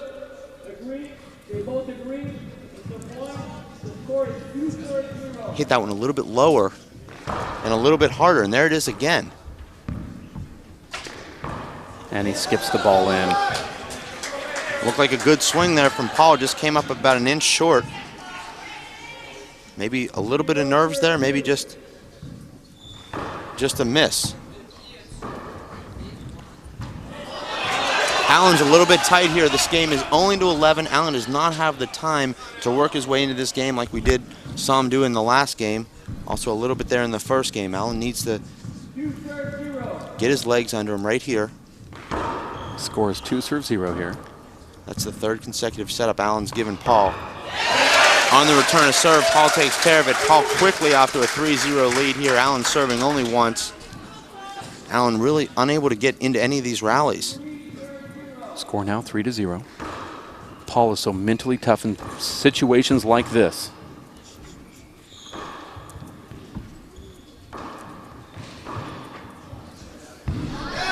Allen with a nice pass shot there. Paul going for that back wall, front wall retrieve. Hit that ball. Allen back in the server's box here. I think Paul's calling an injury timeout here. He just made a, what did Danny just say? Injury timeout. Danny's looking at his watch, which indicates to me that he's timing a 15-minute timeout if necessary. Paul's able to take 15 minutes here should he need it. Maybe this is all part of the staging that Emmett Bichotte was talking about. 3-0, it'll be Alan Garner serving. Landon Curry on the court right now talking to Alan Garner just a little bit, giving him some advice. I know Kara Mack is down on the floor somewhere. Even if she's not with somebody, Kara, can you report anything about Paul Brady's injury down there? You know, I was just about to talk to Mike Finnegan, who he walked off with as his doubles partner, and he took him along with him. It's amazing, you know, the injury that he's playing with today. We did hear Emmett claim that it's a fake, but I did talk to a couple different people as far as Chris Curran, the national manager for the GAA. He said that's just nonsense, you know, just talking. And I also talked to Owen Campbell about it. You know, he said Paul would never do something like that. Of course, you know, he doesn't think that it's a fake. So, and obviously walking off right now in pain. It's a pretty obvious one that this long game, this is the toughest competitor that he's played against all week long. It's a pretty tough match on him. Yeah, there's no doubt about that. Alan Garner staying in the court to stay loose. I don't know if this helps Alan Garner at all. Dave, you've been on the court before when there was an injury timeout. Dave Chapman and you were in a heated tiebreaker in New Orleans earlier in the year at a pro stop when Dave Chapman did the same sort of thing, and that sort of led to an issue on the court there for you. How does that work into your brain? It's hard when you're playing at the top of your game. It's hard when you're playing at the top of the game with a lot of momentum, and unfortunately your opponent does get injured. That's part of the game. Your opponent has that 15-minute timeout to recover. Unfortunately, it seems like the person that isn't injured suffers from it. They lose a lot of that fire. I know particularly for me, I was on a nice roll there. Unfortunately, had to wait out a 15-minute break while Dave taped up his ankle. Dave came in and played exceptionally well and came back and won that tiebreaker, actually went on to win that tournament. Right here, a little bit different. Paul's actually leading 3-0. Alan yet to get on track here in this tiebreaker. That could certainly change quickly. We saw Alan end the last game with a 12-1 run. Right now we are in the middle of an injury timeout. You're watching the 2009 Waterford Crystal World Handball Championships live from the Multnomah Athletic Club in Portland, Oregon. Paul Brady winning the first one 21-14. Alan Garner fights back after a 10-point deficit to come back in and win 21-16. And now we're in the tiebreaker with Kara Mack and Dave Chapman courtside. Kara, what's going on? I'm with Dave Chapman. I think we both just saw the same thing, right? I actually just arrived. You just arrived. Yep. Well, you just walked past Paul Brady, who's taking an injury timeout. Obviously in a lot of pain. Long match for him. Yep. What kind of effect can that have? Well, I did see him wincing in pain, and if that injury is reoccurring, it's definitely going to be on his mind, and also it's going to hurt his physical ability to move around the court. And to beat a great player like Alan Garner, he's going to have to really bounce out of that injury and not think about it. Is it in his best interest right now that he's already made it to the tiebreaker, that he already has that one game in his pocket, and this is kind of the end right now to pull it off? Yep, Alan is definitely going to have the momentum going into the tiebreaker. Knowing that Paul's a little weak and injured, it's going to give him more adrenaline and definitely probably the guts to try and eke this out. Seeing him back there, he didn't look nervous. He didn't look like he was wincing too much, but really doing the job of stretching it out, looking like he was in pain, but still really determined, still looking like he's going to come out here and play hard. Yeah, Paul's going to fight with every ounce that he has. He's a great champion, and he's going to give everything that he can in this tiebreaker. Coming into this injured and making it through the entire week, beating people by single digits until yesterday with Emmett scoring 13, and then right now Alan giving him a run for his money. But isn't it incredible with such a player and an injury how athletic he must be? Yeah, I think the injury wasn't really that bad on him this whole week. He wasn't having to put out too much effort. And now, when you get into a deep match and you use all the different muscles and things, it looks like it's coming into effect for him.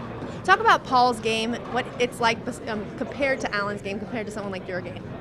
Paul is a very strong player. He shoots the ball a lot. He's got two incredible hands. He's one of the players that's definitely ambidextrous, and he's good from anywhere on the court. There's no real weakness that Paul has, and to outplay him and to beat him, you've got to be on the top of your game. How do you feel coming back into the game, getting into the mix of it all? You've been here for quite a few years now, or a couple years, back into it. Feeling good? Yeah, my right arm is definitely hurting me a lot, and I think once I get over that injury, I'll be right back close to the top. Glad to be back. Yeah, definitely. All right, well, hopefully Paul will make it out here soon. Any advice to Alan or Paul? My advice to Alan would be keep doing what you're doing and play your game. Don't worry about Paul's injury. And my advice to Paul would be to not think about the injury and go in and play his game. Who are you rooting for here on the sidelines? I'd like to see Alan pull it off. Yeah. Why is that? Alan was one of my students. I've coached him before, and it would be great to see him take a world championship. Do you know what that says to me? Don't you feel old? Yeah, I am old. I coach that guy who's out there right now, out for the world championship. Yeah, absolutely. All right, well, good luck to Alan, and thank you so much for talking to us. All right, no problem. Hey, Kara, before you get rid of Dave, have him show his back of his shirt there to Jeff Kastner. Have him what? Have Dave flip around so Jeff can see the reverse side of Dave's shirt. We see the front that says DC knows handball. DC knows handball, and they want you to turn around. Check out the back. Oh, look at this promo. DaveChapmanHandball.com. DaveChapmanHandball.com. Okay, that's what it there. says. I Yep. just couldn't read it from here. Okay. You were helping him with that promotion there, Dave. I know. You know, I don't know, I thought Dave. you wanted to see the fit of his jeans there. Yeah, that's does look pretty good. He does look good for an aging man. It was convenient that he panned down on the camera for you to see that, Dave. It's funny how Jeff and I work in cahoots on that. DaveChapmanHandball.com. You can go to that website while you're on the internet waiting for this injury timeout. If you just tuned in, you're probably wondering what's going on. We're at about 8 more minutes left of that injury timeout with no sign of Paul Brady coming into the court here. He has a high upper quadricep tear. The report from his physician said that it is about 2 to 3 inches off the bone, and it's going to require surgery when he gets back home. Paul Brady is injured. He's still playing in the games. He's been pretty dominant, but Alan Garner forced that tiebreaker, and now it's kind of wearing on Paul, although he did, Dave, come out very hot here in game number 3, leading 3-0. Well, Paul was given a number of very easy opportunities there to start off this tiebreaker. Paul hitting 4 serves down the left. Alan hitting really poor returns each time, setting Paul up off the back wall all the way up to the short line. Paul taking care of 3 of those. The other one was a replay. Alan serving once, and Paul quickly getting him out.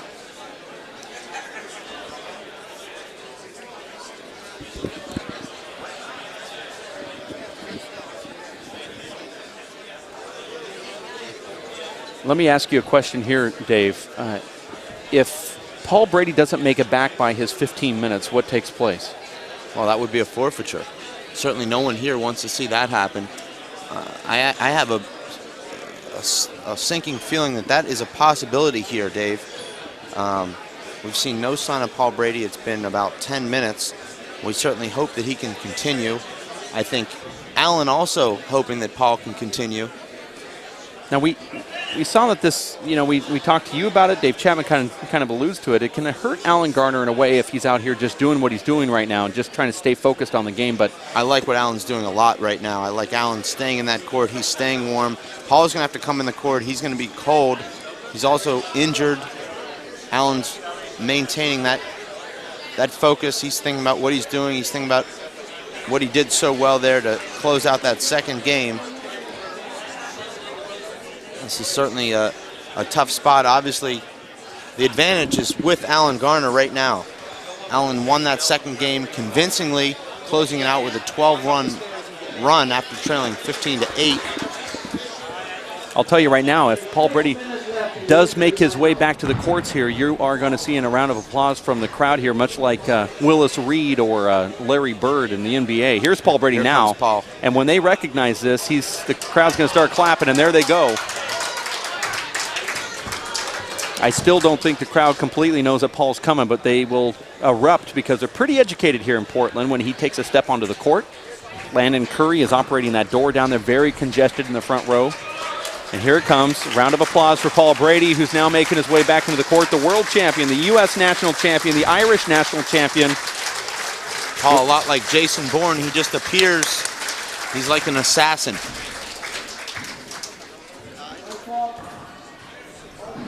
Not sure exactly what Paul did. We know he took his training partner and doubles partner, Mike Finnegan, with him. Maybe Mike knows how to stretch out that hip. He's probably been working with Paul throughout the week, keeping him loose.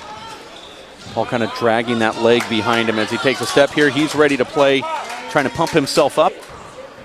You have to remember, all of the momentum was with Paul Brady before he called that injury timeout. There's only 5 minutes left of that injury timeout, too, just so you know. Play is back in. 0 serves 3.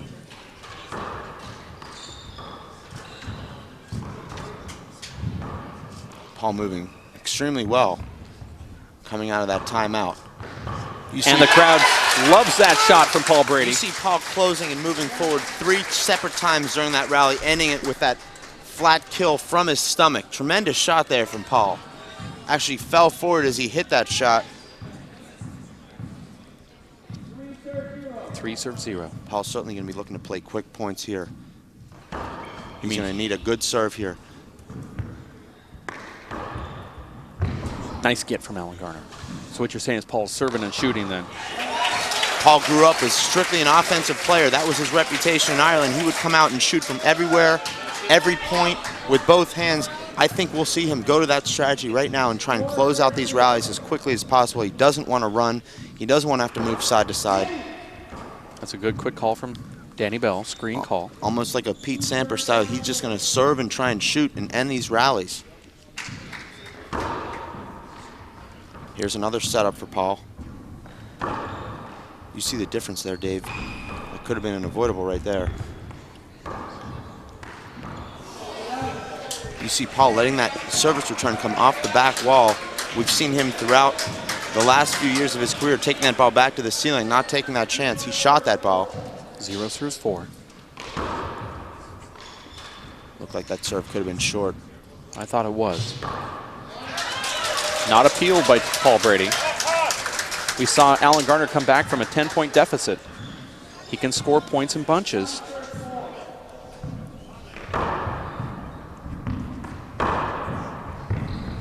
Boy, that ball just darted off that back wall. That one's going to make it, and it does. Paul Brady was there. He thought. Allen pointing at that side wall, saying that ball took a bad bounce off the side wall. Allen said it immediately before he even swung. He recognized that.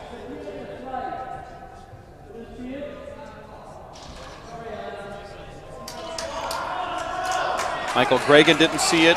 Luis Moreno didn't see it. It certainly was a very playable ball there for Allen. Now, if Alan Garner was serving, he'd give it to Paul Brady. This could just fuel Alan Garner just a little bit more. I see the spot on the side wall Alan's talking about. It's where that panel comes down. Kick right off at an awkward angle. Allen looks like he's rushing a little bit here. He knows Paul's hurt. Looks to me like he's changing his game plan just a little bit. 5 serves 1. We're going to 11. That could be appealed. Not. First person to 11 is the world champion in the men's open division. For Paul Brady, that'd be 3 straight. Here comes a shot opportunity for Paul. You see Paul just shooting everything right now. Misses that. Very easy opportunity. Let's not forget, Dave, Paul Brady has dominated opponents in virtually every tournament he's played on U.S. soil. He's also won some very, very tight tiebreakers, beating Sean Lenning 11-10, beating Tony Healy 11-9, beating Nani Everard Jr. 11-6. And Alan Garner does a slight head fake to the left. Paul Brady bit into it. Now Allen gets a second point. But also, don't forget, Paul Brady's playing with this injury, and it is not easy to shoot a ball when you're injured like that, especially in that leg area. That's where Paul gets all that power. He's having to readjust his shot. There's a big setup for Allen. You see Paul really struggling with his movement there. Unable to balance himself on that right leg. That's a ball he wanted to wind up on and really drive with his left hand, unable to do so. Yeah, I like that serve from Allen. When he takes a little off that serve, he has a better opportunity. When he juices it up, the ball seems to come around. 3 serves 5. That's a foot fault. Anything down the right seems to be a foot fault from Allen. Here's a setup. Oh, nice get.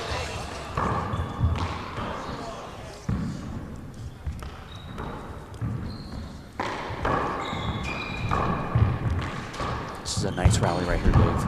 Set up for Paul Brady. Here's another one. And he puts it away. The crowd loves what they're seeing. Let's not forget, Dave, Paul leading 5-1. Missed that simple flag kill opportunity with his right hand. What would have made it 6-1.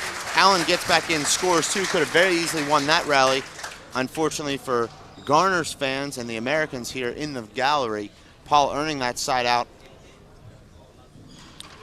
Tremendous heart from both guys. I'm an American, and I'm not rooting for either side. Well, that's because we're paid to be impartial and unbiased.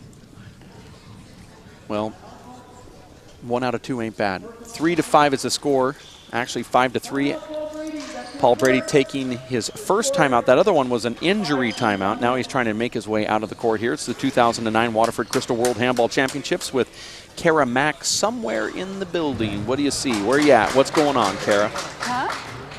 I'm with Dr. Garner again, Alan's mom. How do you feel right now during this timeout with the injury going on? I can only assume that Alan also wants everything to end as far as Paul being healthy and this being a good match. Right. I want it to be a fair match. I want Alan or Paul to win in the right way. Nobody wants to win with because of an injury or win because someone had an injury. What do you think's going through Alan's head right now? I think the regular stuff, he's just focusing on his game. How is he good at focusing as far as not letting anything like this mentally get to him? He's a pretty contained guy when he needs to be. He can focus. He's very good. Thank you very much, Doctor. And you do notice a lot down here in the crowd, people really cheering for Garner, being American and all, but since Paul has come back in with this injury, the crowd is really supporting him. Does want this to be a healthy, fair match. Here's the score, 5-3 going to 11. Thank you, Kara. I like what Dr. Garner says to Kara, that Alan's pretty contained as a person.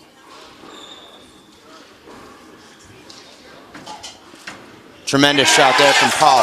Paul does a lot of visualization, Dave. You have to think Paul went outside the court there during that timeout. He told himself, I need 6 points to win this world championship. 6 kills here on his serve. He's got 1. 6 serves 3. Going to 11. 5 points away for another world title for Paul Brady. Here's a setup for Paul. Overhits that ceiling shot.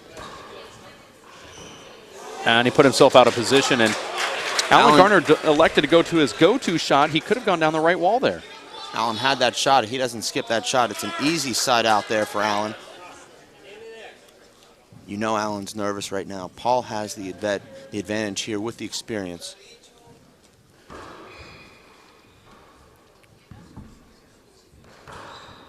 Paul just crushing that ball back down the right side with a reverse on it, Dave.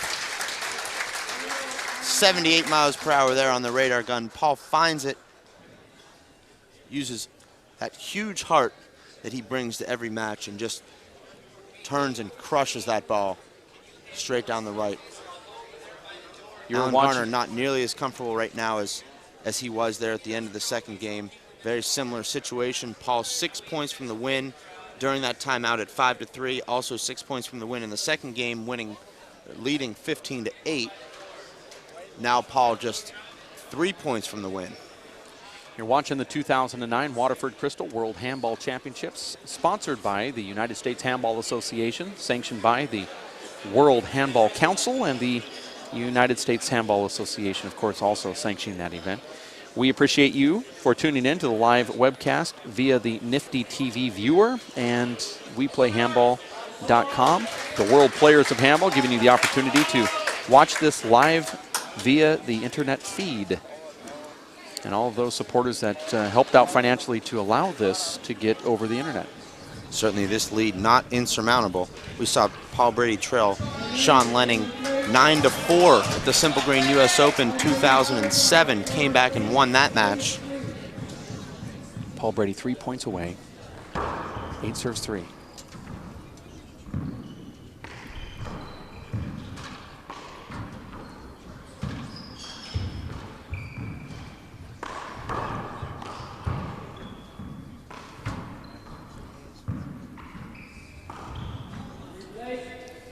Alan a little bit hesitant right now. He's playing a little bit too defensively.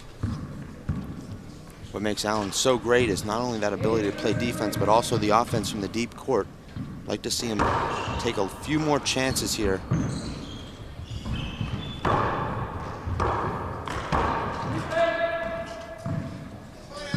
Good quick call from Danny Bell.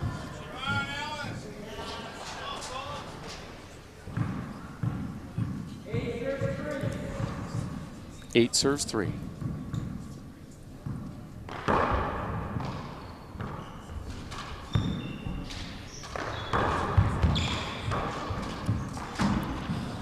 Paul mishits that ball. That ball would have been a setup for Alan had it made it. Hits that ball too high up on the right side, on the left side wall. 3 serves 8.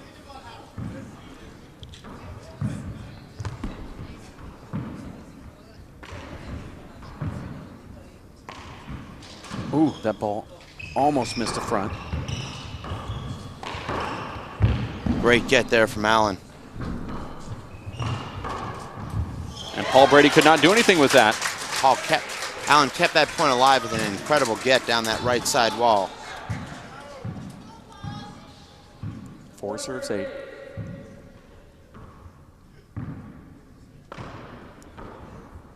Here's a setup for Allen.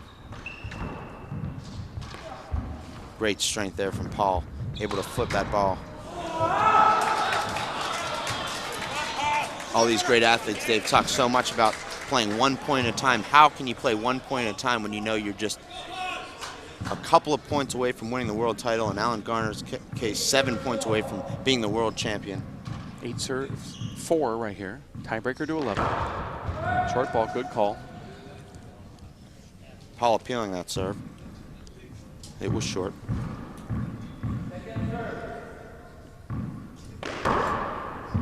That's a mistake.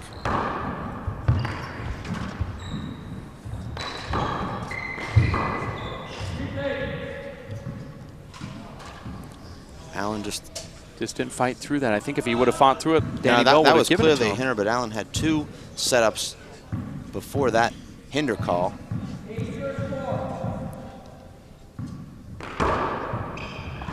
There's a big mistake.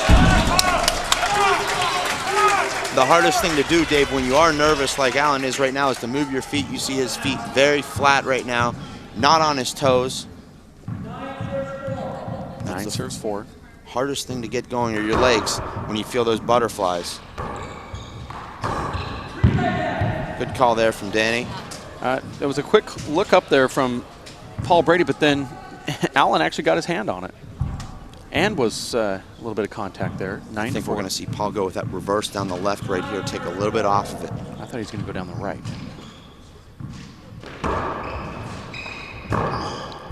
He hit that reverse down the left. It caught that side wall. That's the kind of shot that Alan Garner needs to hit. That's his game right there.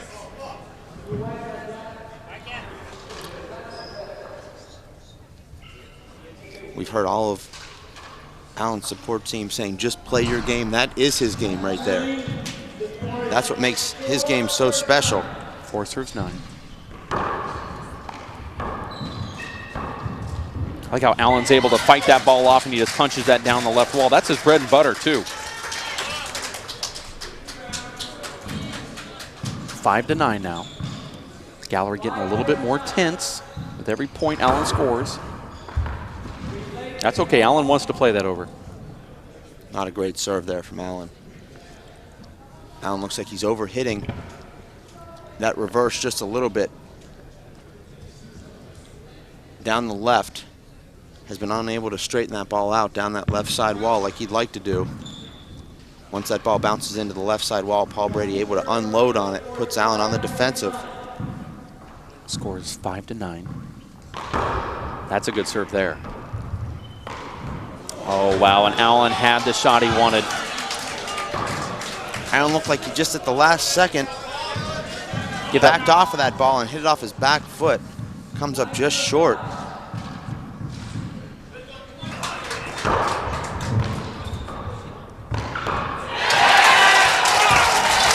Great serve there from Paul and a tremendous kill. He made that look easy.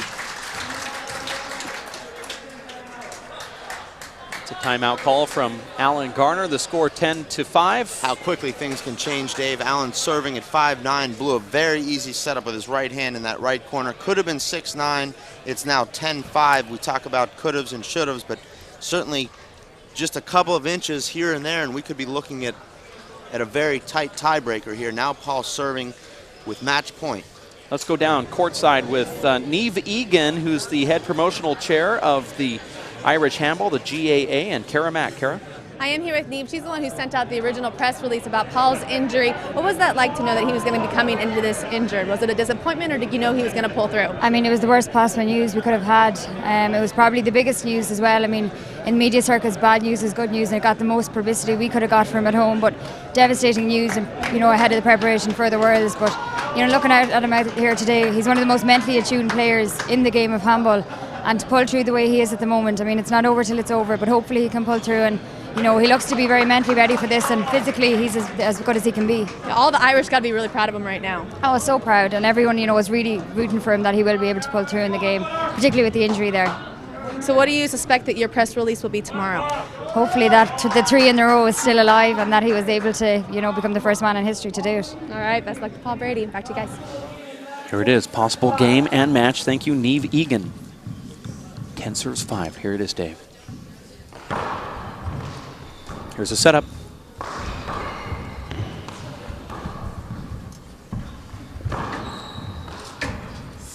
And it's Allen a side gets out. it. He loves those corners. He hits that right hand into that left corner. It's going to be very difficult to score 6 points with Paul's 10.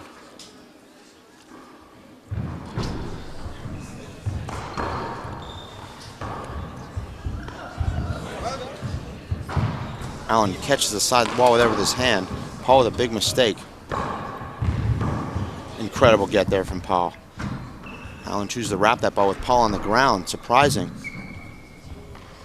That's a nice, safe shot. Oh, wow. It's a good call there from Danny Bell. Let that play continue on the first shot. Gave Allen that shot with his left hand. Paul Brady is leaving it all on the floor today. We all know just how hard it is to kill the ball when you're down match point. Even the great Alan Garner struggling to find his kills here late in this tiebreaker. This place is absolutely packed. 5 to 10, tiebreaker to 11. That's a good call. Alan Garner from San Antonio, Texas. Paul Brady from Mullahorn, County Cavan, Ireland. Paul hops that ball right into Allen, gets the setup. That ball squelched out there, Dave, on that right side wall. Paul and everyone else thought that ball was going to hit the back wall, then the right side wall. He was going to have a setup with his right hand. You're watching the 2009 Waterford Crystal World Handball Championships from the Multnomah Athletic Club in Portland, Oregon, the Great Pacific Northwest, sanctioned by the United States Handball Association and the World Handball Council, streaming live over your computer by the World Players of Handball, the WPH, at WePlayHandball.com. We advise you to become a member of the USHA and the WPH. Get your membership today. There's a serve from Paul from Paul read that Garner. serve down the right from Allen.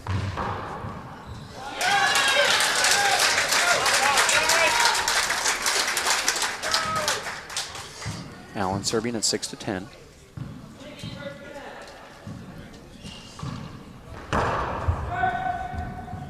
There's also a foot fault there.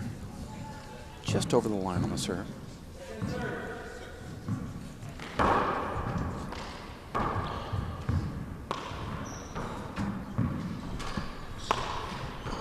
That's too high. That comes off for a big setup for Allen. Good call from Paul Brady. That ball looked like it was so good from here. Did you not see that good? No, he called a screen.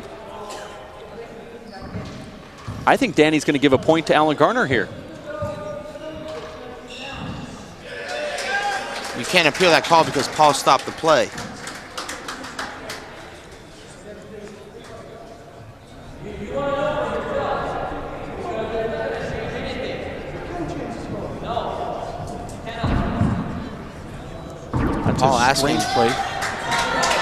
Paul asking for an appeal on his double bounce that he called, but once you stop the play, the point's over. That's a strange play right there, 7 to 10. And that goes back to what you said earlier. We'll talk about that in a minute. Here's a setup for Alan Garner. And he skips it in.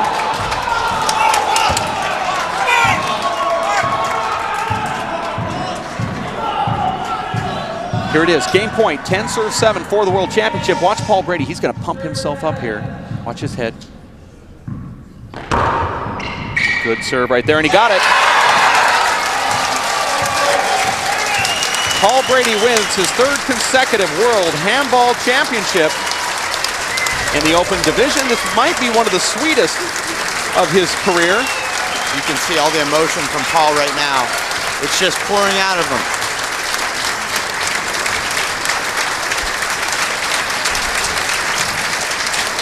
There's so many people that are watching right now for this generation, Paul Brady is the greatest player they've seen. He's a true champion. Paul guts that out against an incredibly formidable opponent. Alan Garner proving he's one of the best in the world. He went toe-to-toe with the best in the world.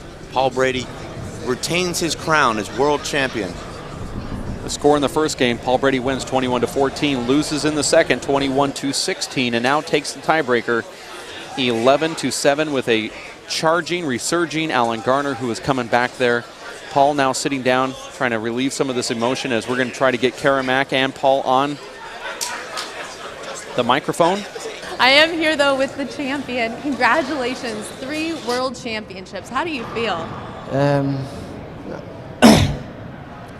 I feel great, you know. I just feel a bit emotional. I've been working towards this for 10 years, so I just can't believe it's here. What's going through your head right now? Just relief and a bit embarrassed. A bit embarrassed breaking down like that, but I don't know, I just can't talk. How does your leg feel right now? Did you think that you could come out and pull this off when you knew you were coming in injured? Well, it felt okay when I was playing just near the end. It was more my legs were cramping up too from during the second game. I didn't want to pull out because I cramped up in the Worlds a few years ago, and I didn't want that to happen again. Like, you know, I don't want it to happen, but then it just got sore. I got an injection before I played this morning. I was just wearing off, and I don't know what to think. You're always so focused, so under control. You never saw you crack here on the court, but did you ever panic knowing that leg was just cramping up? I panicked in the second game. I didn't think, but the doctors, I have to just thank the doctors here for getting me through it. I don't want to thank the doctors back home, because the last words he said to me was I wouldn't be able to get through this, so I could have lost the world title if I took his advice. But I knew the doctors here were a lot better, and I just didn't listen to him, and he injected me before I came, and it helped, but it was wearing off as the week went on, and thankfully the other guys were injecting me, and it took away some of the pain, you know. But it wasn't a physical pain, because when the adrenaline is pumping, it's not that. It was just I wanted it so bad that I nearly wanted it too much. Knowing that you were going to come into this injured and wanting it so bad, how did you prepare mentally and physically for it? It was difficult, you know. The last 2 weeks were so hard mentally, you know, and I just tried to put out of my mind. Congratulations. Thanks. Awesome job. What's next for you? Just get the injury right.